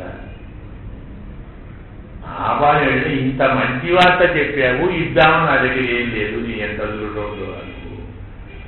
నా గురుని సత్పుషప్రియం ఏవమే ప్రియాఖ్యాలు, నా గురుని సత్పుషప్రియం, ఇంత మంచి మాట చెప్పావు. బొమ్మజీలో ఇయ్యాలి కదా, మరి రత్నాలు, రాజ్యాలు, మనలు, మాణిక్యాలు, అమ్మాయిలు ఇయ్యాలి. వాళ్ళకి ఏమీ లేదురా. ఇంత చెప్పిన వాడికి ఏమి ఇవ్వలేకపోతున్నాని అన్న బాధతో నేను మాట రాలేదు. కానీ ఇవ్వలేకపోతాను. అయ్యో తల్లి, నీకెందుకమ్మా దిగులు, నిజంగా నీవు ఇవ్వాలనుకుంటే నువ్వు ఇచ్చేది ఉంది, నేను అడిగేది ఉంది, అడగమంటే అడుగుతాను. ఆహా నాయన ఇంకేం కావాలా, అడుగు బాబు ఏం కావాలో. అబ్బే నాకేమవుతుంది, 11 నెలలు వీళ్ళంతా నిన్ను చాలా బాగా పెట్టాను, నేను చూశాను కొంతకాలం. నేను ఒక్క రాత్రి చూస్తేనే నా ఒళ్ళు దర్శించింది, నిన్ను 11 నెలలు బాగా పెట్టారు కదా, నాకు ఒక్క ఛాన్స్ ఇవ్వండి, మీరు ఓకే అనండి, వీళ్ళందరినీ పిడికిలి గుద్దులతో మోజేదులతో చంపేస్తాను అని అడిగాడు. మనమైతే ఏం చేస్తామని ఇంకా మనము అంటాం కదా. కానీ అమ్మ అనాలి, అమ్మ వాడకు అన్నీ. హనుమంతుడికి ఎలా అమ్మో వాడకు. రాజసంశ్రయవత్యానాం విధేయానాం పరాజయ పూర్వంతీనాం రాక్షసీనాం కక్కుప్యాసు అనుకుంటామని. వాళ్ళంతా ఎన్జిఓ సభలు. ఎన్జిఓ ఏం చేయాలి? జీవో అమలు చేయాలి కదా. అదే ఎన్జిఓ ఏంటండి? జీవో అమలు చేయాలి. వాళ్ళ జీవో ఇచ్చింది ఎవరు? రావణుడు. ఏమని ఇచ్చారు? నా మీద ప్రేమ పుట్టేలా చేయండి, మీరు కొడతారో తిడతారో బెదిరిస్తారో అదే మార్చండి. వాడు ఆర్డర్ పాస్ చేశారు, ఆర్డినెన్స్. వీళ్ళు ఏం చేయాలి? అమలు చేయాలి. ప్రభువు చెప్పినట్టు వినకుంటే శిక్షించాలి, కానీ ప్రభువు ఆజ్ఞను పాలించిన వాళ్ళని శిక్షిస్తారు. అసలు వాళ్ళకు ఏమి చేయాలి? ఏమంటారు? బాగా పరిపాలిస్తే అవార్డు ఇస్తారు కదా, అలా వాళ్ళకి అవార్డు ఇవ్వాలి, మెడల్స్ ఇవ్వాలి, అంతేగాని శిక్షిస్తారు. పోయి తప్పు చేశారు అనుకున్నాను. తప్పు చేసిన వాళ్ళని ఇంకా బాగా రక్షించాలి. పాపానాంబా సుఖానాంబా వటారకానాంబా ఉందేమా కార్యం కరుణమాడియేన. బుద్ధిమంతుడైన వాడు పాపాత్ములను పుణ్యాత్ములను సంపదగిన వారి విషయంలో కూడా దయ చూపాలి. ఎందుకు? నగత్తిన్నాపరాశతి. ప్రపంచంలో తప్పు చేయని వాడంటూ ఎవడూ లేడు. అమ్మ శాస్త్రం అందరూ తప్పు చేసేవారైతే తప్పు చేసిన వారినల్లా శిక్షించాలంటే మనకు రక్షించడానికి ఎవరైనా దొరుకుతారా? మీరు ఒక్కరు అని అంత తప్పు చేసిన రాజులను కాపాడిన అమ్మనయ్య అన్నారు. మేము ఆ పార్టీ రాజ్యం ఎవరిస్తున్నారు? మీకు అమ్మ పార్టీ ఇస్తున్నది, నాన్న పార్టీ కాదు. నారాయణుడు చెప్తే నువ్వు అన్నట్టు చేసి పాపులుంటే వర్తించకు, పుణ్యులుంటే వర్తించు. కానీ ఆండాళమ్మ వాక్యం ఇది, అంతగా వర్తించు. పాపం పుణ్యం అందరూ పాపాత్ములే అని అందరినీ కాపాడు. అమ్మ అందరినీ కాపాడుతుంది. అంత తప్పు చేసిన వారిని వారు నోరు విప్పి అడగలేదు, అయినా కాపాడు. మా అమ్మనయ్య. అందుకే లఘుతర రామస్య గోష్ఠీ కృత రామ తప సీతమ్మ తప ముందర వెలవెలపోయినది. అలాంటి పార్టీ మాది. అందుకే వందు నీ కై కలవే, నీ చేతిని ఏమాత్రం ముడుచుకోవద్దు. అమ్మ అలాగే భక్తులు మరి ఏం చేస్తాం? ఒప్పుకోవాలి. మరో మాట, వర్షించు అనగానే పరిగెట్టకు. ఏదో నీళ్లు తాగి బాగా నీళ్లు తాగు, కడుపు నిండా తాగు. బాగా వర్షించాలి, కొంచెం కాదు. కడుపు నిండా తాగాలంటే ఈ నదులు చెరువు తరచు సరిపోవు, అక్కడికి పో. ఆడి పుక్కు మూకంతో సముద్రంలోకి వెళ్ళు, అది కూడా సముద్ర మధ్యంలోకి వెళ్ళు, అది కూడా లోతుకు వెళ్ళు. అదే చెప్తారు మహానుభావులు. సముద్రాన్ని రుచి చూసావా? అడిగాడు గురువు గారు. చూశానండి. ఎలా ఉంటుందా? అంత ఉప్పేరు ఉప్పుకుంటాడు. అప్పుడు అక్కడ ఇంకోటి చూశాడు. నువ్వు సముద్రంలో వెళ్ళావాడా? వెళ్ళానండి. ఏం చూశావు? ఆ రుచి బాగుందండి. ఏం బాగుందిరా? అన్ని చేపలే ఉన్నాయండి. సరే పక్కకు పో. నువ్వు రారా? అయ్యా. నువ్వు చూసావా? చూశానండి. ఎక్కడికి పోయావు? సముద్రానికి పోయావు. ఏం చూసావు? గబడికి పోయావు. ఏం దొరికింది? అమ్మ బాబోయ్, పెద్ద పెద్ద సొర చేపలు ఉన్నాయండి, మింగేస్తాయి, పరిగెత్తాను. సరే నువ్వురా ఆయన దా. చూశానండి. ఏమున్నాయి? అన్నిటి మింగిరాలే ఉన్నాయండి, మన వెళ్ళలేమండి.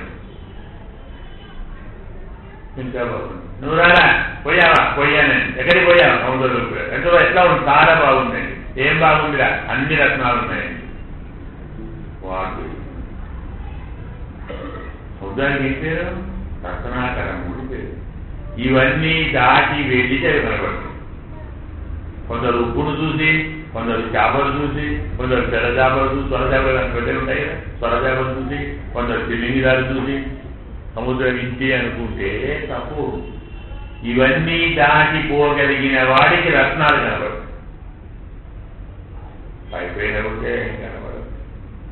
అందుకే నాయన లోతుకు వెళ్ళు, జలమంతా బాగా త్రాగు, నీరు బాగా తాగినట్టు గుర్తుగా ఒక్కసారి పేరుకు ఇవ్వాలి. ఎంత నిండా నీరుంటే అంత బరువుగా మేఘం పెడుతుంది. మేఘం ఎంత బరువుగా వెళుతుంటే చూసేవారికి అంత ఆనందంగా వెళుతుంది. బా నల్లగా ఉందండి, మబ్బు పెద్దవాడుతుందండి, సంతోషిస్తాం. మరి మా రేపటి వాళ్ళంతా నిన్ను చూశారంటే అబ్బా ఇంత నల్లని మేఘం వస్తున్నదా, మాకు మంచి వాన పడుతుంది, అమ్మా ఈ పిల్లలు మంచి పిల్లలే, వ్రతం బాగా చేస్తున్నారు, వాళ్ళు సంతోషిస్తారు. అదే చెప్తారు, రిక్త తరువో భవతి లఘువు పూర్ణత గౌరవాయ. ఏమీ లేని వాడు ఎవరు వాళ్ళని గడుప అంటారు. అర్థ ఫుల్గా ఉన్నవాడైతే అయ్యా అదేం చేయండి కూర్చోండి, గౌరవం దేనికి కదా. బాగా నిండుగా ఉండాలి, నువ్వు నిండుగా నీళ్లు తీసుకోలేవు. పోతే పోయావు కానీ సముద్రంలోకి వెళ్ళి నిండుగా నీరు తాగి ఒక్కసారి ఆకాశంలోకి ఎక్కిన తర్వాత నేనే నిండుగా ఉన్నవాడిని, ఇక నేను వర్తిస్తాను, అందరూ నాకు దండం పెడతారు అనుకోకు. వర్షించే ముందు ఒక్కసారి నీ శరీరాన్ని చూసుకో, ఎవరిలా ఉన్నావో చూసుకో. ఏమన్నామండి, చాలా చక్కని నీటి అమ్మ తల్లి మనకు పసిపిల్లలకు గోరుముద్దలాగా చెప్తూ ఉంది. అనుభవించండి, ఆస్వాదించాలి, దాన్ని చింతన ఆనందం చేయాలి. మనం ఎంత గొప్పవారమైనా, ఎంత ఘనత సాధించినా, ఎన్ని లక్షలు కోట్లు సామర్థ్యం బలం ఉద్యోగం ఏమిటో ఏమిటో ఏమిటో ఇలా ఏ ఏ గొప్పతనాలు మనకు కలిగిన ఇదంతా నా పురుషార్థంతో, నా ప్రయత్నంతో, నా మేధస్సుతో, నా శక్తితో నేను సంపాదించుకున్నానన్న భావం కలిగిందో మళ్ళీ లేవకుండా నెరవేర్చకూడదు. ఇంకో మార్గమే వెలుగుట. అదే ఆహా పరమాత్మ ఎంత దయాళుడని, ఇంతమంది ఉండగా ఈ పోర్టు నాకు ఇచ్చాడు, అదృష్టం కదండి. భావించవయ్యా, ఏమిటి యముడు ఉన్నాడు, అగ్ని ఉన్నాడు, నిరుతి ఉన్నాడు, ఇంకెవరో ఈశానుడు ఉన్నాడు అంటే శివుడు, ఇంకెవరో ఉన్నారు. పరమాత్మ యముడికే డ్యూటీ ఇచ్చాడు, అందరినీ చంపు అని కదా. అగ్నికి ఏమి ఇచ్చాడు, అందరినీ కాల్చు అని. నరుడికి ఏమి ఇచ్చాడు, అందరినీ ముంచు అని. ఇలా వాయువుకో ఆమెరగొట్టు ఇచ్చాడు. ఇలా ఒక్కొక్కరికి ఒక్కొక్క డ్యూటీ ఇచ్చినటువంటి స్వామి నీకేం ఇచ్చాడు, చల్లగా వర్షించి శాంతింపజేయండి. ఎంత మంచి పోటీ ఇచ్చాడు, కృతజ్ఞతగా ఉండాలా. అదే నాకింత మంచి పోటీ ఇచ్చాడండి స్వామి, వాడిని కాల్చమని, వీడిని తప్పమని, వాడిని కట్టమని, ఇంకోటి ఊరేగిస్తామని, ఒకటి ఎగరగొట్టమని, ఒకరిని తాండవం చేయమని, ఒకటి కొనయాలలో ఉండమని ఇలా పోషణ ఇచ్చాడు. నీకు వీరందరికీ చల్లగా హాయిగా ఉండేటువంటి వర్షించడానికి గుర్తించాడు. వాడికి ఛాన్స్ చెప్పదా. మనం దాడిలో పోతూ ఉంటే పొరపాటు కాలుగారి కింద పడితే పక్కవాడు చేయబట్టుకొని వేస్తే ఏమంటామండి, ఛాన్స్. మరి మన జీవితంలో ఎన్నిసార్లు పడుతుంటే ఆయన చేయబట్టుకొని లేకపోయిందండి, ఒక్కసారి చెప్పామా అంతే. ఎప్పుడు చెప్పాలి, ఎందుకు నువ్వు ఎప్పుడు పడుతూనే ఉంటావు, ఆయన లేపుతూనే ఉంటాడు. నువ్వు ఎప్పుడు కనబడతావు, నీ కాలం పడతావు, ప్రతి క్షణం పడుతూనే ఉంటావు. సార్ పడుకొని లేపుతున్నావు. అందుకే మనం చెప్పాను జ్ఞాపకుంటే శంకరాచార్య వారు లక్ష్మీ నృసింహ మమదేవి కరావనంబం అడిగాడు. నాకు చేయబడుతున్నాను లేకపోయా అన్నాడు, మనందరినీ చెప్తున్నాడు. అది చెప్పదా, ప్రతి క్షణం చెప్పాలి. నారాయణ రామ కృష్ణ గోవింద ముకుంద మాధవ శ్రీధర మధుసూదన అంటూనే ఉండు. స్మరణ అనుదినం, స్మరణ అనుదినం. ప్రతి దినం, ప్రతి క్షణం, ప్రతి గడియ కూర్చున్నా నిలబడ్డ గాలి పీలుస్తూ ఉంటే ఉచ్ఛ్వాసం రామ, నిశ్వాసం కృష్ణ. అది కావాలి. తుమ్మినా, దగ్గినా, నడిచినా, పరిగెత్తినా, కింద పడ్డా, లేచినా, నీళ్లు తాగినా, అన్నం తిన్నా, ఓ ఉత్సవం జరిగినా వాటికే మన ఏదైనా జ్ఞాపకం కదా. మనకు బాగా తుమ్మొస్తే ఏం చేస్తాం,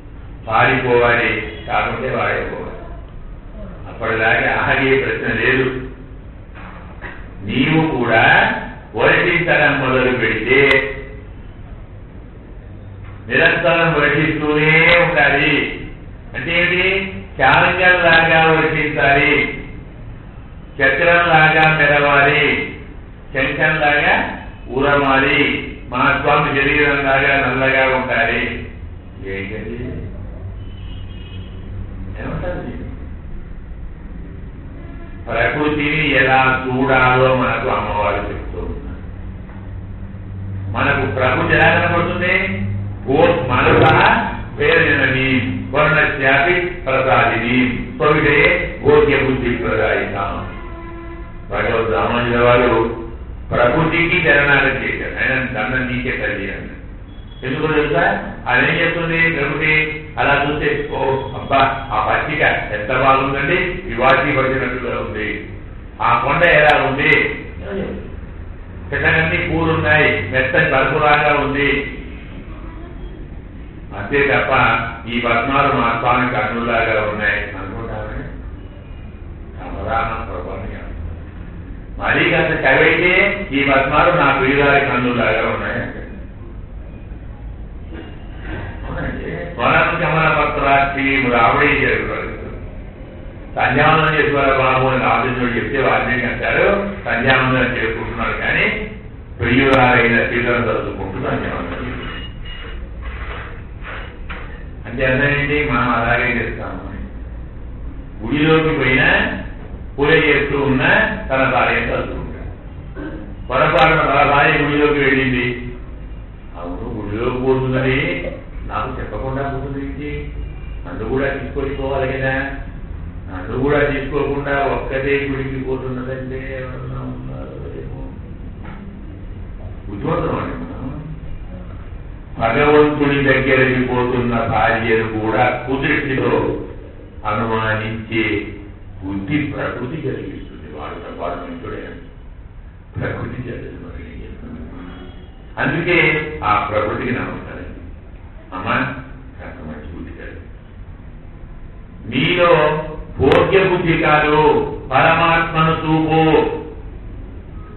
పర్వతాలను చూసినా, వాయువును చూసినా, కొమ్మలను చూసినా, శిఖరాలను చూసినా, పుష్పాలను చూసినా, పండ్లను చూసినా పరమాత్మ కనపడాలి. చాలా మంది చదివి ఉంటారు మహానుభావుడు రామాయణాన్ని. కిష్కింధాకాండలో మొదటి సర్గ ఇంచుమించు 170 శ్లోకాలు ఉన్నాయి, కొద్దిగా ఎక్కువ తక్కువ. ఇవన్నీ ప్రకృతిని వర్ణించాడు వాళ్ళు. పంపా సరస్సు అంటాం. ఆ పంపా సరస్సును, దాని చుట్టూన్న పర్వతాలను, చెట్లను, తీగెలను, పువ్వులను, వాటిలో ఉన్న తుమ్మెదలను, కోకిలలను, నిజమే కాదు ప్రతి చోట ఇంత మంచి ప్రకృతిలో నా సీత నా ఎంబడి ఉంటే నాకెంత ఆనందం ఉండేదండి. అయ్యో ప్రియురాలు లేదు, ప్రియురాలు నా వెంట లేదు కాబట్టి బాధపడుతున్నాను. చూడండి ఆ నెమలి, చూడండి ఆ ఇంకో ఆడనెమలి వెంట ఎలా పరిగెత్తుతూ ఉన్నదో, ప్రియురాలు దగ్గరుంది కాబట్టి ఆనందిస్తూ ఉన్నది.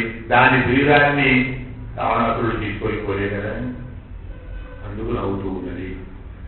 ప్రాకృతమైన మానవుడిలాగా రాముడు విరచించాడు. తెలుసా ఎందుకో? మనం ఇలా ఉన్నామని చెప్తున్నాను. పొరపాటున అమ్మాయిని ప్రేమించిన, అమ్మాయి అబ్బాయి ప్రేమించిన వాళ్ళకి మిగిలేది నేను చెప్పలేదు, మీరు తెలుసుకోవాలి.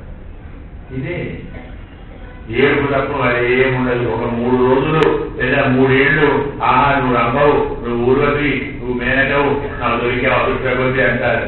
3 ఏళ్ళు కాగానే నువ్వు దెయ్యానివి, భూతానివి, రాజనివి, నా కర్మలో దొరికావు, కూర్చోబెట్టి వెళ్ళేస్తున్నావు. ఆనందమే ఆనందం. ఏం ఆనందం ఉంది? ఇది ఆనందం కాదు.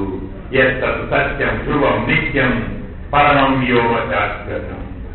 సర్వదేశ సర్వకాల సర్వావస్థలలో ఆనందాన్ని మాత్రమే కలిగించేదేది భగవత్తత్వం. ఇవన్నీ అలాంటివే. ఇప్పుడు దాడ కప్పుకున్నాం, వేరే కప్పుకోండి, ఇవ్వాలి బాబాయ్ ఇవ్వకపోతుంది. మనం ఏ వస్తువును ఎల్లకాలం వాడలేము. ప్రతి దాని మీద ఇంతో అంతో ప్రేమ కొద్దిగా పుడుతుంది, ఇతరులాగా విసుగు పుడుతుంది.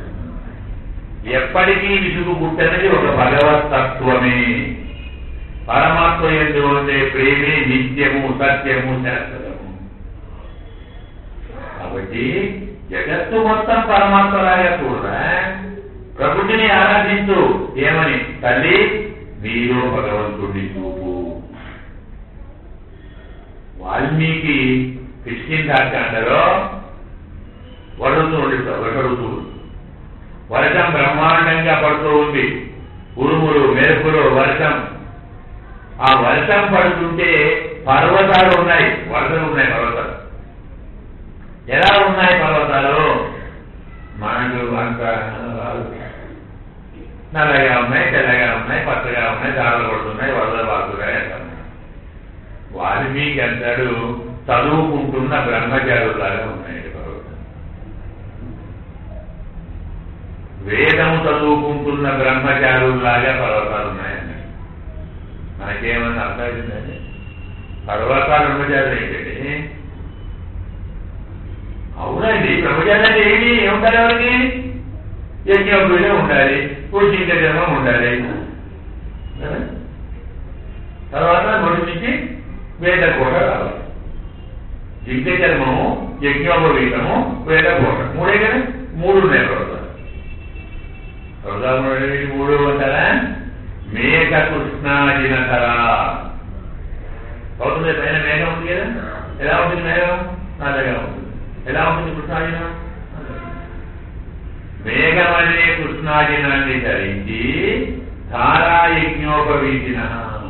వర్షం పడింది, 3 సార్లు అలా గ్రహిస్తున్నాయి. అవి ఏమైతే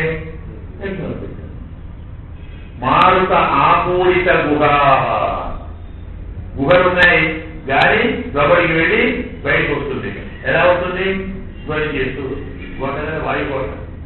ఆ ధ్వని వేదం. ప్రాచీతాయివ పర్వత. పర్వతములు వేదాధ్యయనం చేస్తున్న బ్రహ్మచారుల్లాగా ఉన్నాయి. మనకు వస్తుందండి ఆలోచన. కోటి జన్మలు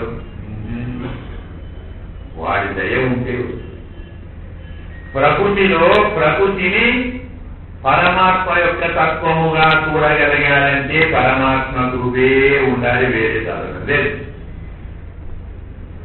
ఎలా ప్రకృతిని పరమాత్మగా చూడాలో ఆండాళమ చెప్తూ ఉంది. మన గోపికలు చెప్తున్నారు. మేఘాన్ని చూస్తే నారాయణుని నల్లని శరీరం కనపడాలి. నీలమేఘశ్రమం స్వామిని నీలమేఘశ్రముడే కదా. మేఘాన్ని చూస్తే మా స్వామి శరీరము. మేఘంలోని మెరుపును చూస్తే మా స్వామి చేతిలోని చక్రము. మేఘములోని ఉరుమును చూస్తే మా స్వామి చక్రాన్ని కూర్చున్నాడు. మేఘం వర్షిస్తూ ఉంటే స్వామి చారంగం వర్షం కురుస్తూ ఉంది. ఆలోచించండి, ఇంకేం కావాలండి? ఓపికలకు వాళ్ళు తప్ప మరేం లేదు. వాడు తప్ప ఇంకొకటి రాదు. ఇలా సర్వం విష్ణుమయం జగత్తు, ప్రపంచమంతా మా కృష్ణుడే. కృష్ణ కృష్ణ కృష్ణ. ఇంకో మాట లేదు. ఇలా మేఘరాజా నీవు ఇలా వర్ణిస్తే వర్షిస్తే వాళ్ళు సంతోషిస్తారు. ఒక పిల్లలు మంచి వర్షం చేశారండి, ఆనందం. వాళ్ళు సంతోషిస్తే మేము సంతోషించి స్నానం చేస్తాం. అన్ని లోకములు ఆనందంగా ఉంటాయి. రోజు మనం బాకీ పెట్టుకుంటున్నాం కదా, బ్యాలెన్స్ ఇస్తున్నాం. అది లేకుండా చేద్దామని పాఠ్యార్థాన్ని తొందరగా ముగించారు. వ్యంగ్యార్థం చాలా ప్రధానమైనటువంటి వ్యంగ్యార్థం. మనం చెప్పుకున్నాం వ్యంగ్యార్థము అంటే గురువు గారే, ఆచార్యుడే. గురువు గారు కూడా మేఘం లాంటి వాడే. అదేలాగండి, మేఘం ఏం చేస్తుంది? సముద్రంలోకి వెళ్ళి ఉప్పు నీరు తీసుకొని కడుపు నింపుకొని బాగా గర్జించి ఆకాశంలోకి వెళ్ళి మనందరికీ తీయటి నీరిస్తుంది కదా. గురువు గారు కూడా తర్కము, వ్యాకరణము, వేదాంతము, మీమాంస, జ్యోతిషం, ఇంకేమిటో మనకు వారి వెలువడలో ఏముండదు కదా.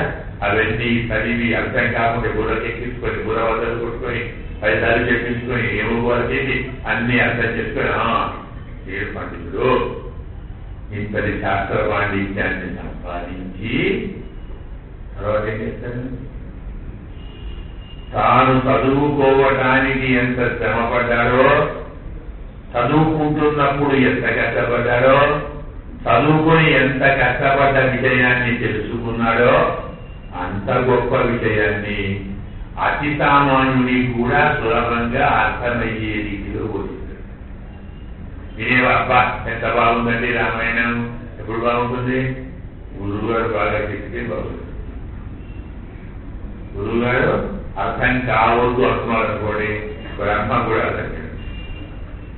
అవునండి, కృష్ణ పరమాత్మ దుర్యోధనుడికి చెప్పారు యుద్ధం వద్దురా బాబు అని కదా. వాడు ఏమన్నాడు? నేను చేసి చెప్తాను. ఒక గుణం ఉంది స్వామి దగ్గర, మనం అడిగింది కాదంటాడు, వద్దన్నది ఇచ్చాడు. రకరాజుడు, ధ్రువుడు, గుండెలంతా స్వామి మోక్షం కావాలి, మోక్షం కావాలి, అప్పుడైనా 2 సంవత్సరాలు చేసి కావాలి స్వామి. సంసారం ఏముంటే మోక్షం. నాకు వద్దురా బాబు సంసారం ముందిస్తాడు. వాడు ఉన్నాడు ఉత్తరనారాయణ బాబు, తెలుసు ఏమంటావు ఆయన? తొండరడి పొడియాడు భక్తాంతిదేవు కథ. ఆ మహానుభావుడు హాయిగా ఆనందంగా సంతోషంగా భగవంతుడి పూలమాలలు చూసుకొని కైంకరి గోడ పెడుతున్నాడు, గోడను పెంచుకుంటున్నాడు, పూలమాలలు తీసుకున్నాడు, స్వామి పిలిచి స్వామి కల్పించి ఆనందంగా ఉంది. అలా ఉన్న స్వామిని కాస్త ఈ స్వామి ఏం చేయాలి అంటే రేపటి పడివాడు కాదు, రేపు ఏంటి అనేది నిర్లక్ష్యం. రేపు వాడు పుట్టినరోజు సంతోషి పొడిగాడు. ఇంత చేస్తూ ఉంటే ఆయన దగ్గరికి ఓ దేవదాసి పని, నువ్వు వేరే పని తెలుసా ఎందుకో? ఆమె అపూర్వమైన సౌందర్య రాశయ. ఎంత సౌందర్య రాశయ ఈ మహానుభావురాలు అంటే, ఆమెను చూస్తే ఎలాంటి వాడైనా మోహంలో పడతాడు, రెప్ప వాల్చకుండా చూస్తాడు. ఆ గర్వంతో ఆమె ఇక్కడికి వచ్చింది, ఆశ్రమానికి వచ్చింది. ఇతను అప్పుడే ఆశ్రమం నుంచి గుడికి పోతున్నాడు. వాడు తలకాయ ఎక్కలేదు, చూడలేదు. వాడికి ఎందుకు? వాడి సౌందర్యం వాడు చూడాలి. అరే మీరు వస్తే చూడరా? ఆడవాళ్ళ చమత్కారం ఏమిటంటే ఎవరు చూడకుంటే ఎప్పుడు చూస్తారని ప్రయత్నం చేస్తారు, చూస్తే మాత్రం నేను ఇంటిగా పోయేమా లేదా అంటారు. కూతురు ఏం చేస్తామా? ఒక ఈ మహానుభావురాలు ఇంత సౌందర్య రాశిని నేను వస్తే వీడు చూడరా? సరే చూస్తాను అని వాడితే వెళ్ళి వాడు గుడిపోయి చూసి తిరిగి వస్తున్నాడు. మళ్ళీ ఎదురైంది. వాడు చూస్తాడు, పోతున్నాడు. పక్కనున్న జరిగేసి ఊరుకోక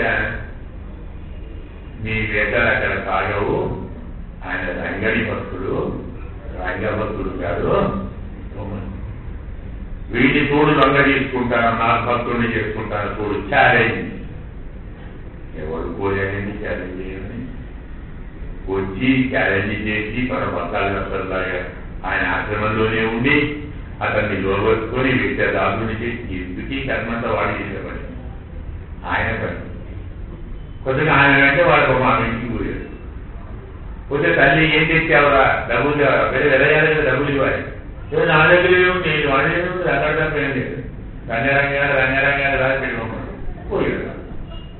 వీడు అమ్మంటే వచ్చాడు, ఆయన బొమ్మడి పోయాడు. ఇప్పుడు సంబంధం లేదు అయింది. అయ్యో అమ్మో ఏపు లేదు, పోయాడు.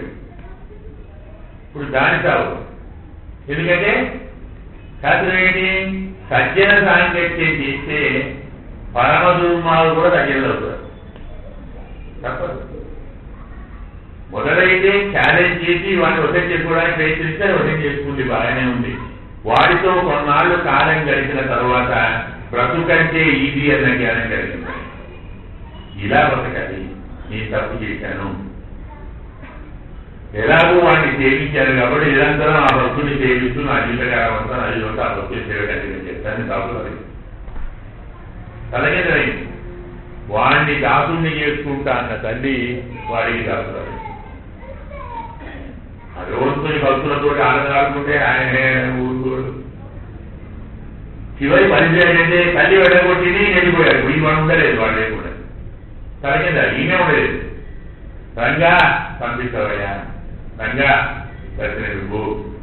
ఈమె ప్రార్థిస్తే అయ్యో ఈయన భక్తుడు అయింది, వాడు భక్తుడే, ఇద్దరు నియమితులు వేసేయాలి అని స్వామి ఒక బంగారు పాత్రలు తెచ్చి ఆమెకి ఇచ్చి తల్లికి ఇచ్చి వాడిని పిలిపించి మరీ వండుకోలేదు. గంగయ్య గుడిలో పాత్ర లేదు బంగారు. ఎవరు తీసుకున్నారు? ఇంకోటి తీసుకుంటారు చూడండి. ఆ వార్త వెళ్తే వేసేయడం ఎలా జరిగింది వార్త? అబ్బాయి నాకేం తెలుసండి, సుబ్రహ్మణ్యనారాయణ తెచ్చి ఇచ్చాడు. చూసా నాకేం తెలియదండి అన్నాడు. ఎవరు ఇచ్చారు? సుబ్రహ్మణ్యనారాయణ శిష్యుడు ఇచ్చాడు. నా శిష్యుడే లేదు. నాకెవరు ఉన్నాడు? ఎవరు లేదు చెప్తున్నాడు. చెప్తూ మాట్లాడినాడు. ఏం చెప్తారు? అబద్ధం అవి జరిగండి. మేము తెలిస్తే ఏం చేస్తాను చేయండి అన్నాడు. అదేమి ఎవరు కూడా సత్యమని నేను అడిగానా వేస్తే కావాలని, నేను అడిగానా ఈ భోగం కావాలని, నేను అడిగానా బంగారుకి ఇవ్వమని. ఆయన ఇష్టం. ఇప్పుడు అడిగానా చంపమని చంపాలి, పోతాం. వాళ్ళకి చంపుతా అన్నా ఒకటే, వేస్తే వచ్చినా ఒకటే, వేసి సంవత్సరాలు విజయ భోగం వచ్చినా ఒకటే. కమ్మంటే వచ్చారు, పోమంటే పోయాడు. ఏమి వాళ్ళు భక్తులండి. చివరికి స్వామి వచ్చి ఇదంతా నేనే చేశానురా, గిన్నె నేనే ఇచ్చాను, వాళ్ళిద్దరు నా భక్తులు శాపవశంతో ఇలా పుట్టారు, వాళ్ళు నేను మోసం ఇస్తాను, మీరు వాళ్ళని తీసుకోవాలి. స్వామి వచ్చి చెప్పాడు. భగవంతుడికి పూలమాలలు, తులసి మాలలు కైంకర్యం చేసిన వారికి వేసి ఎందుకని వాడు అడిగాడు. స్వామి కూడా ఇస్తాడు. ఎందుకు ఇస్తారు? అలాంటి రుచి చూసినా నా మీద భక్తి ఉంటుందా? అదే కావాలి. సంసారంలో ఈ భోగాన్ని చూపుతాడు. అది బాగుందా, నీవు బాగుందని చెప్పు. ఇది అదే బాగుంటావు, అదే కదా, అదే బాగుంది వెళ్ళిపో. ఇది విధానం. పరమాత్మ అడిగింది ఇవ్వడు, కానీ అదే పరమాత్మ గురువుగారు చెప్పింది ఇస్తాడు. వాడికి మోక్షం ఇవ్వో ఇచ్చేస్తాడు. మనకు ఉన్నారు రామాజీరావు. రామాజీరావు మోక్షం ఇవ్వకుంటే ఇవ్వాలి వాడికి. వాడు ఏమైనా చేయాలి. ఆర్డినెన్స్ రామాజీరావు అందరూ తిరుగులేదు.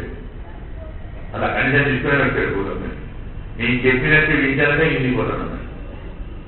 వాడు పోయినట్టు నీలో మాట నువ్వు మనం కొట్టాడుకుంటే వాడే చదువుతాడు. అదే వాడు మహా అజ్ఞాలు బాధపడుతున్నారు. ఇంకే మహానుభావ అచ్చయ్యా,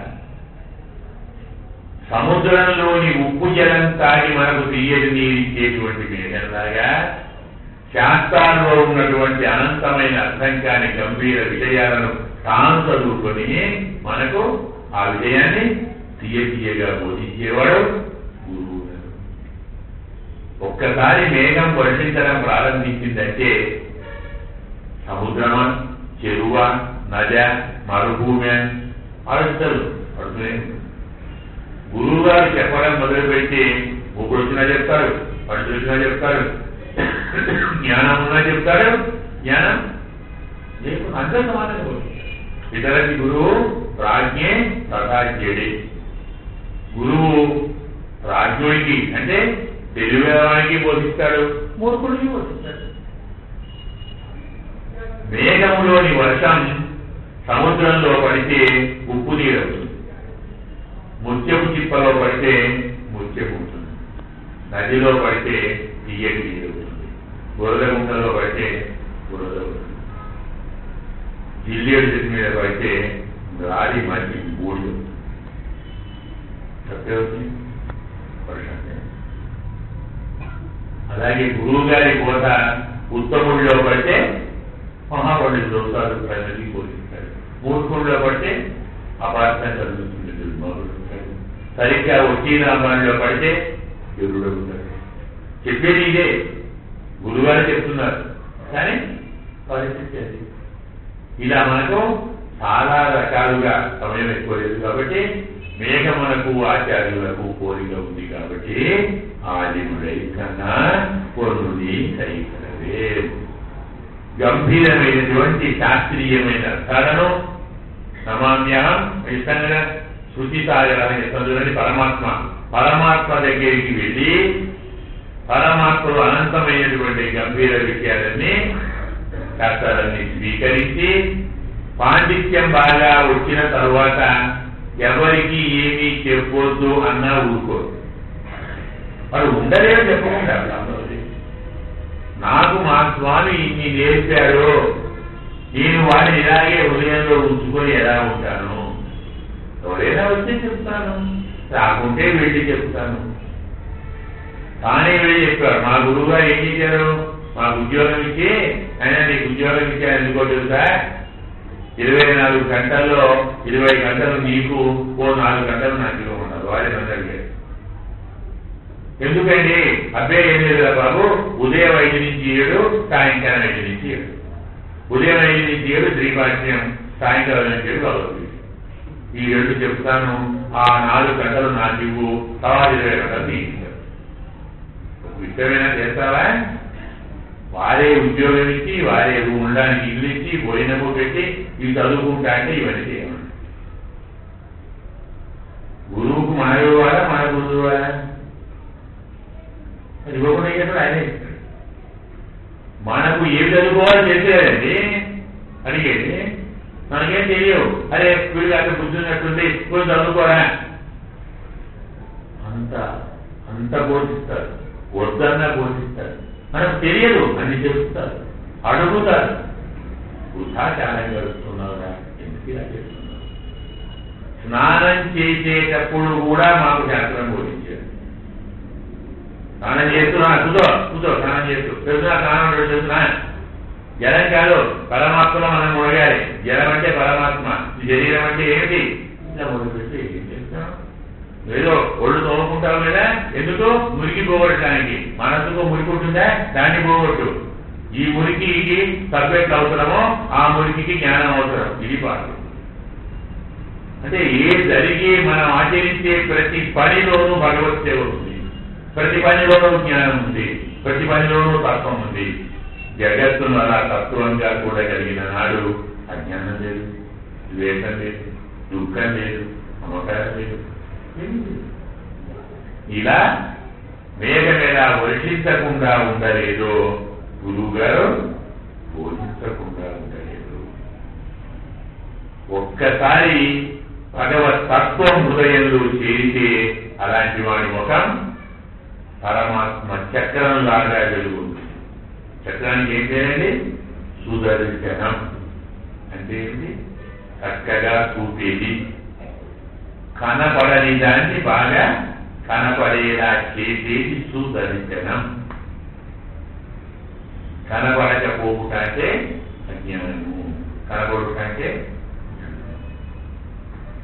భగవంతుడి చేతిలోని చక్రము మనకు అజ్ఞానాంధకారాన్ని తొలగించి సుదర్శన మహాజ్వాల కోటి సూర్య సమప్రభ ఉంది. అజ్ఞానాంతమేదేవ విష్ణు మార్గం ప్రదర్శయ. విష్ణులోకానికి దారులు పోయని అడుగుతాను. అలాగే సుదర్శనం అంటే, దర్శనం అంటే శాస్త్రం, మంచి శాస్త్రము. ఏ మంచి శాస్త్రము? శాస్త్రం అంటే శాసనకరణం, మనను శాసించేదాన్ని శాస్త్రము అంటాం. ఏది మంచి? భగవతత్వాన్ని చెప్పేది, భాగవతత్వాన్ని చెప్పేది శాస్త్రము. కాబట్టి మా స్వామి చేతిలో ఉన్న చక్రంలాగా మెరవాలి. కారుణ్యాత్ శాస్త్రపాణిన అంటాం. శాస్త్ర జ్ఞానాన్ని పొంది ఉద్యోగమైన బ్రహ్మ తేజస్సుతో వెలుగుంది. ఒక్కసారి గర్జిస్తారు గురువు గారు. గర్జిస్తారంటే ఎలాగైతే నిండా నీరు తర్వాత మేఘం వర్షించకుండా ఉండలేదో, గురువు గారికి హృదయం నిండా శాస్త్రం ఉంటే, విజయం ఉంటే చెప్పకుండా ఉండగలరండి. పొడికి పొదలు వస్తాయి, చెరువు నిండితే ఏమవుతుంది? తుమ్ములు ఉన్నాయనుకోండి పారుతాయి, తుమ్ములు లేవు కట్టని తెంపుకొని పోతాయి. నిండిన తర్వాత చెరువును ఆపడం ఎవరి తరం కాదు. సకల శాస్త్రార్థ సంపూర్ణుడు ఆచార్యుడైతే వారు చెప్పకుండా ఆపడం ఎవరి తరం కాదు. అంతేకాదు చెప్పడం మొదలు పెట్టాడంటే అనుకోకుండానే భక్తులు వస్తారు, శిష్యులు వస్తారు, పరవర్తిస్తారు, జ్ఞానాన్ని పొందుతారు. ఒక్కరితో మొదలు పెడతారు, ఇద్దరితో మొదలు పెడతారు, 200 మంది వస్తారు, 2000 మంది వస్తారు. అయ్యా రేపు మాకు పాఠం వద్దండి, మా గురువు గారు స్వామి గారు 3 రోజులు పాఠం లేదు, జ్యోతిష అమావాస్య పాఠం చెప్పారు, పిల్లలు కూడా అనధ్యయనం. ఈ 3 రోజులు చాలా చికాగ్గా ఉందిరా, పాఠం లేకుండా ఓ పని చేయండి, కొత్త చదువు భార్య చదువుకోవచ్చు, మీరు 3 రోజులు రండి, పాత విషయాలు తింటారని చెప్తాను. శిష్యుడు ఎదురుగా లేకుంటే పాఠం చెప్పకుంటే వారు ఉండలేరు.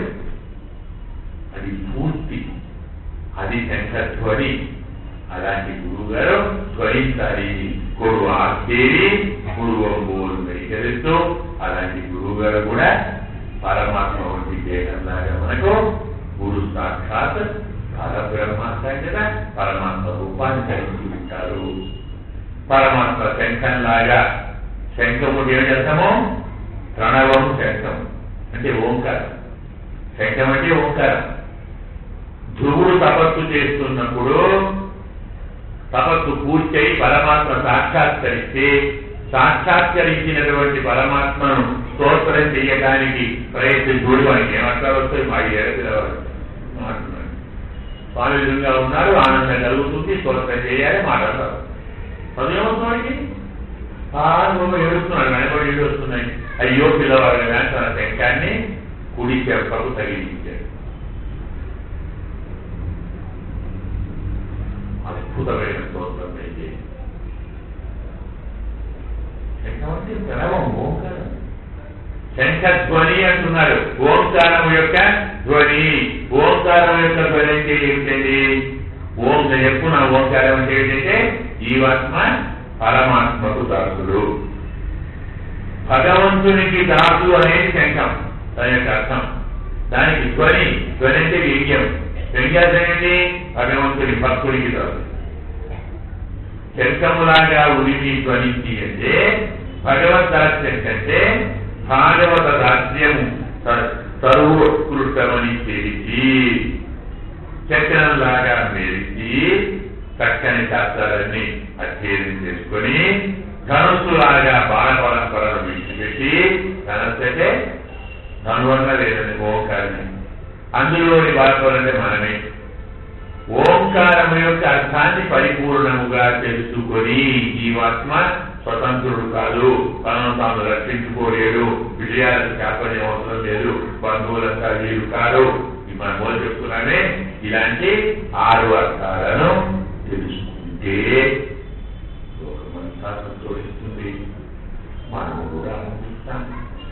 ఆచార్య ఇలాంటి తత్వబోధనలు మాకు చేసినములను ఉజ్జీవింపచేయవలసినది అనేది ఒక వ్యాఖ్యానం.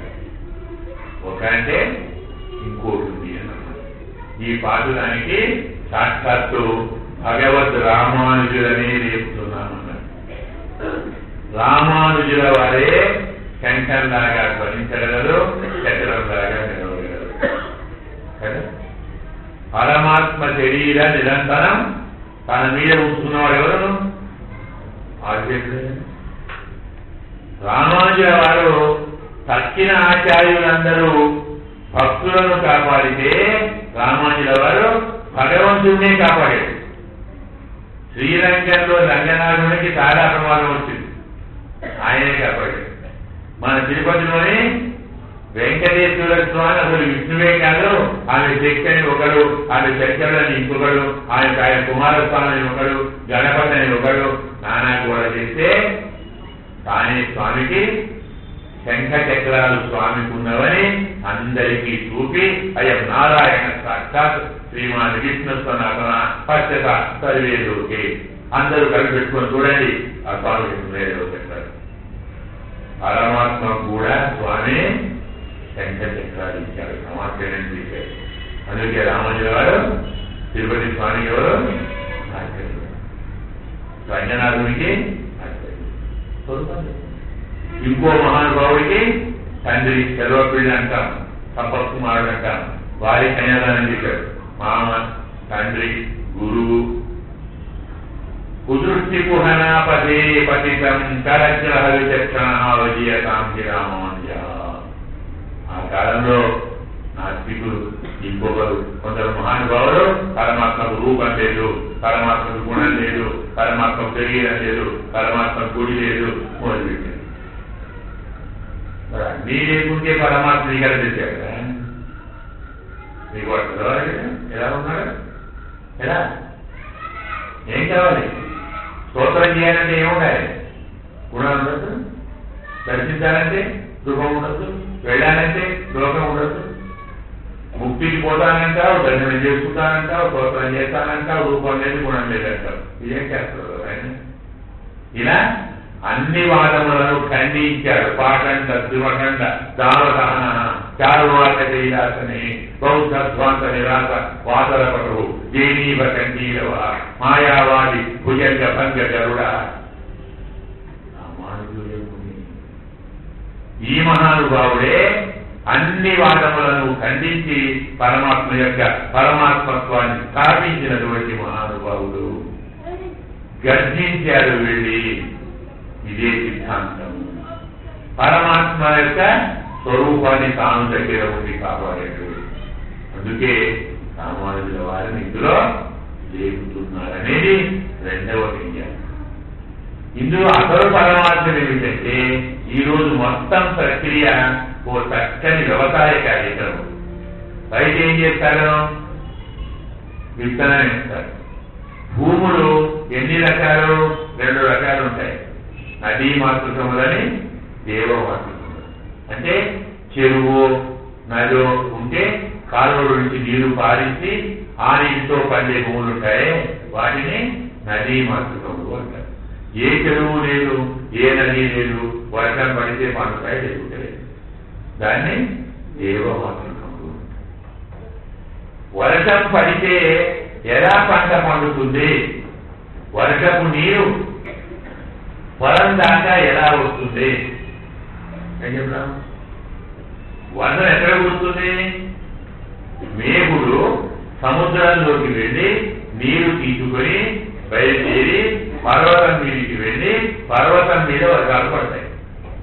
ఆ పర్వతం నుంచి పాయలు, సెలయేర్లు అంటాం, సెలయేర్లుగా బయలుదేరి వచ్చి నదుల్లో కలుస్తాయి. ఆ నదులలో కాలువల్లాగా వచ్చి చెరువులో కలుస్తాయి. ఆ చెరువులకు తూముల ద్వారా వెళ్ళి పొలంలో పడతాయి. అలా పడితే పంట పడుతుంది కదా. ఇప్పుడు మన వ్యవసాయం చూద్దాం.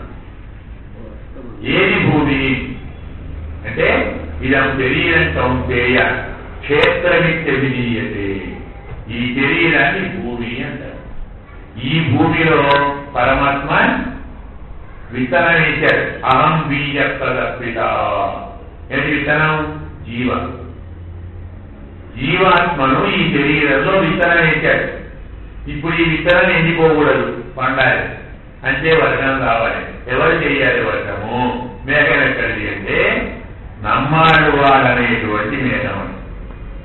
లక్ష్మీనాథాఖ్య సింధవు శతరిపు జలద ప్రాప్య కారుణ్య నీరం నాథాద్రౌ అభ్యసించత్.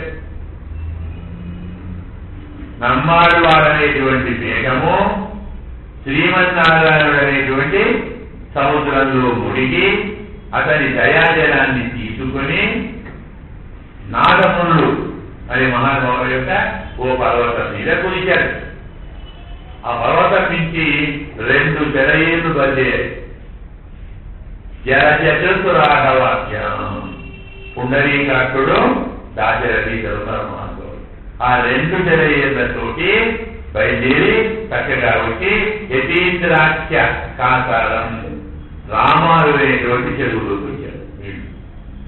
అక్కడి నుంచి 74 దుమ్ములు ఉన్నాయి. రామానుజ చెరువు అంటే 74 పిటలు ఉన్నాయి కదా. ఈ దుమ్ముల ద్వారా జీవుడు అనేటువంటి శరీరంలోకి ఆ నీరు వచ్చి ఆయన పంట పండింది. వ్యవసాయం అనేది ఎలా చేయాలో ఆదిమలై కన్నా అనేటువంటి పాఠులంతో మనకు ఆండాడమ్మ చెప్పారు. భగవతుడు రామానుజుల వారిని చెప్పారు, గురువు గారికి చెప్పారు. ఇంకా చాలా ఉన్నాయి, సమయం కాదు కాబట్టి ఈ అర్థాన్ని మనం వివరిస్తున్నాం. ఇప్పుడు పాఠులాన్ని మాతో పాటు మీరు కూడా చదవాలి. గురువుగా చదువుకుంటున్నా చెప్పిపోతున్నారు, ఏం చెప్తున్నారో మనకేం తెలుసంటే కష్టం కదా. పాఠులాన్ని మీరు కూడా అనండి. ఆదిమలై కన్నా ஒன்னுனி கைகரவேல் ஆதியுள் உப்பு உகந்து தொடு ஆட்டு கேவி ஊழி முதல்வன் உருவம்போல் மெய்கரத்து பாடியம் தோருடை பற்பனாபன் கையில் ஆடிபோல் மின்னி வலம்புரிபோல் நின்னதிரிந்து ஆகாதே சார்கம் உதைத்த தரமக போல் வாத உலகினால் செய்திராய் நாங்களும் மார்கழி நீராட மகிழ்ந்தே லோரெம்பாவாய் ஆண்டாள் திவ்ய திருவடிகளே சரணம். அஸ்மது குருப்யோ நம.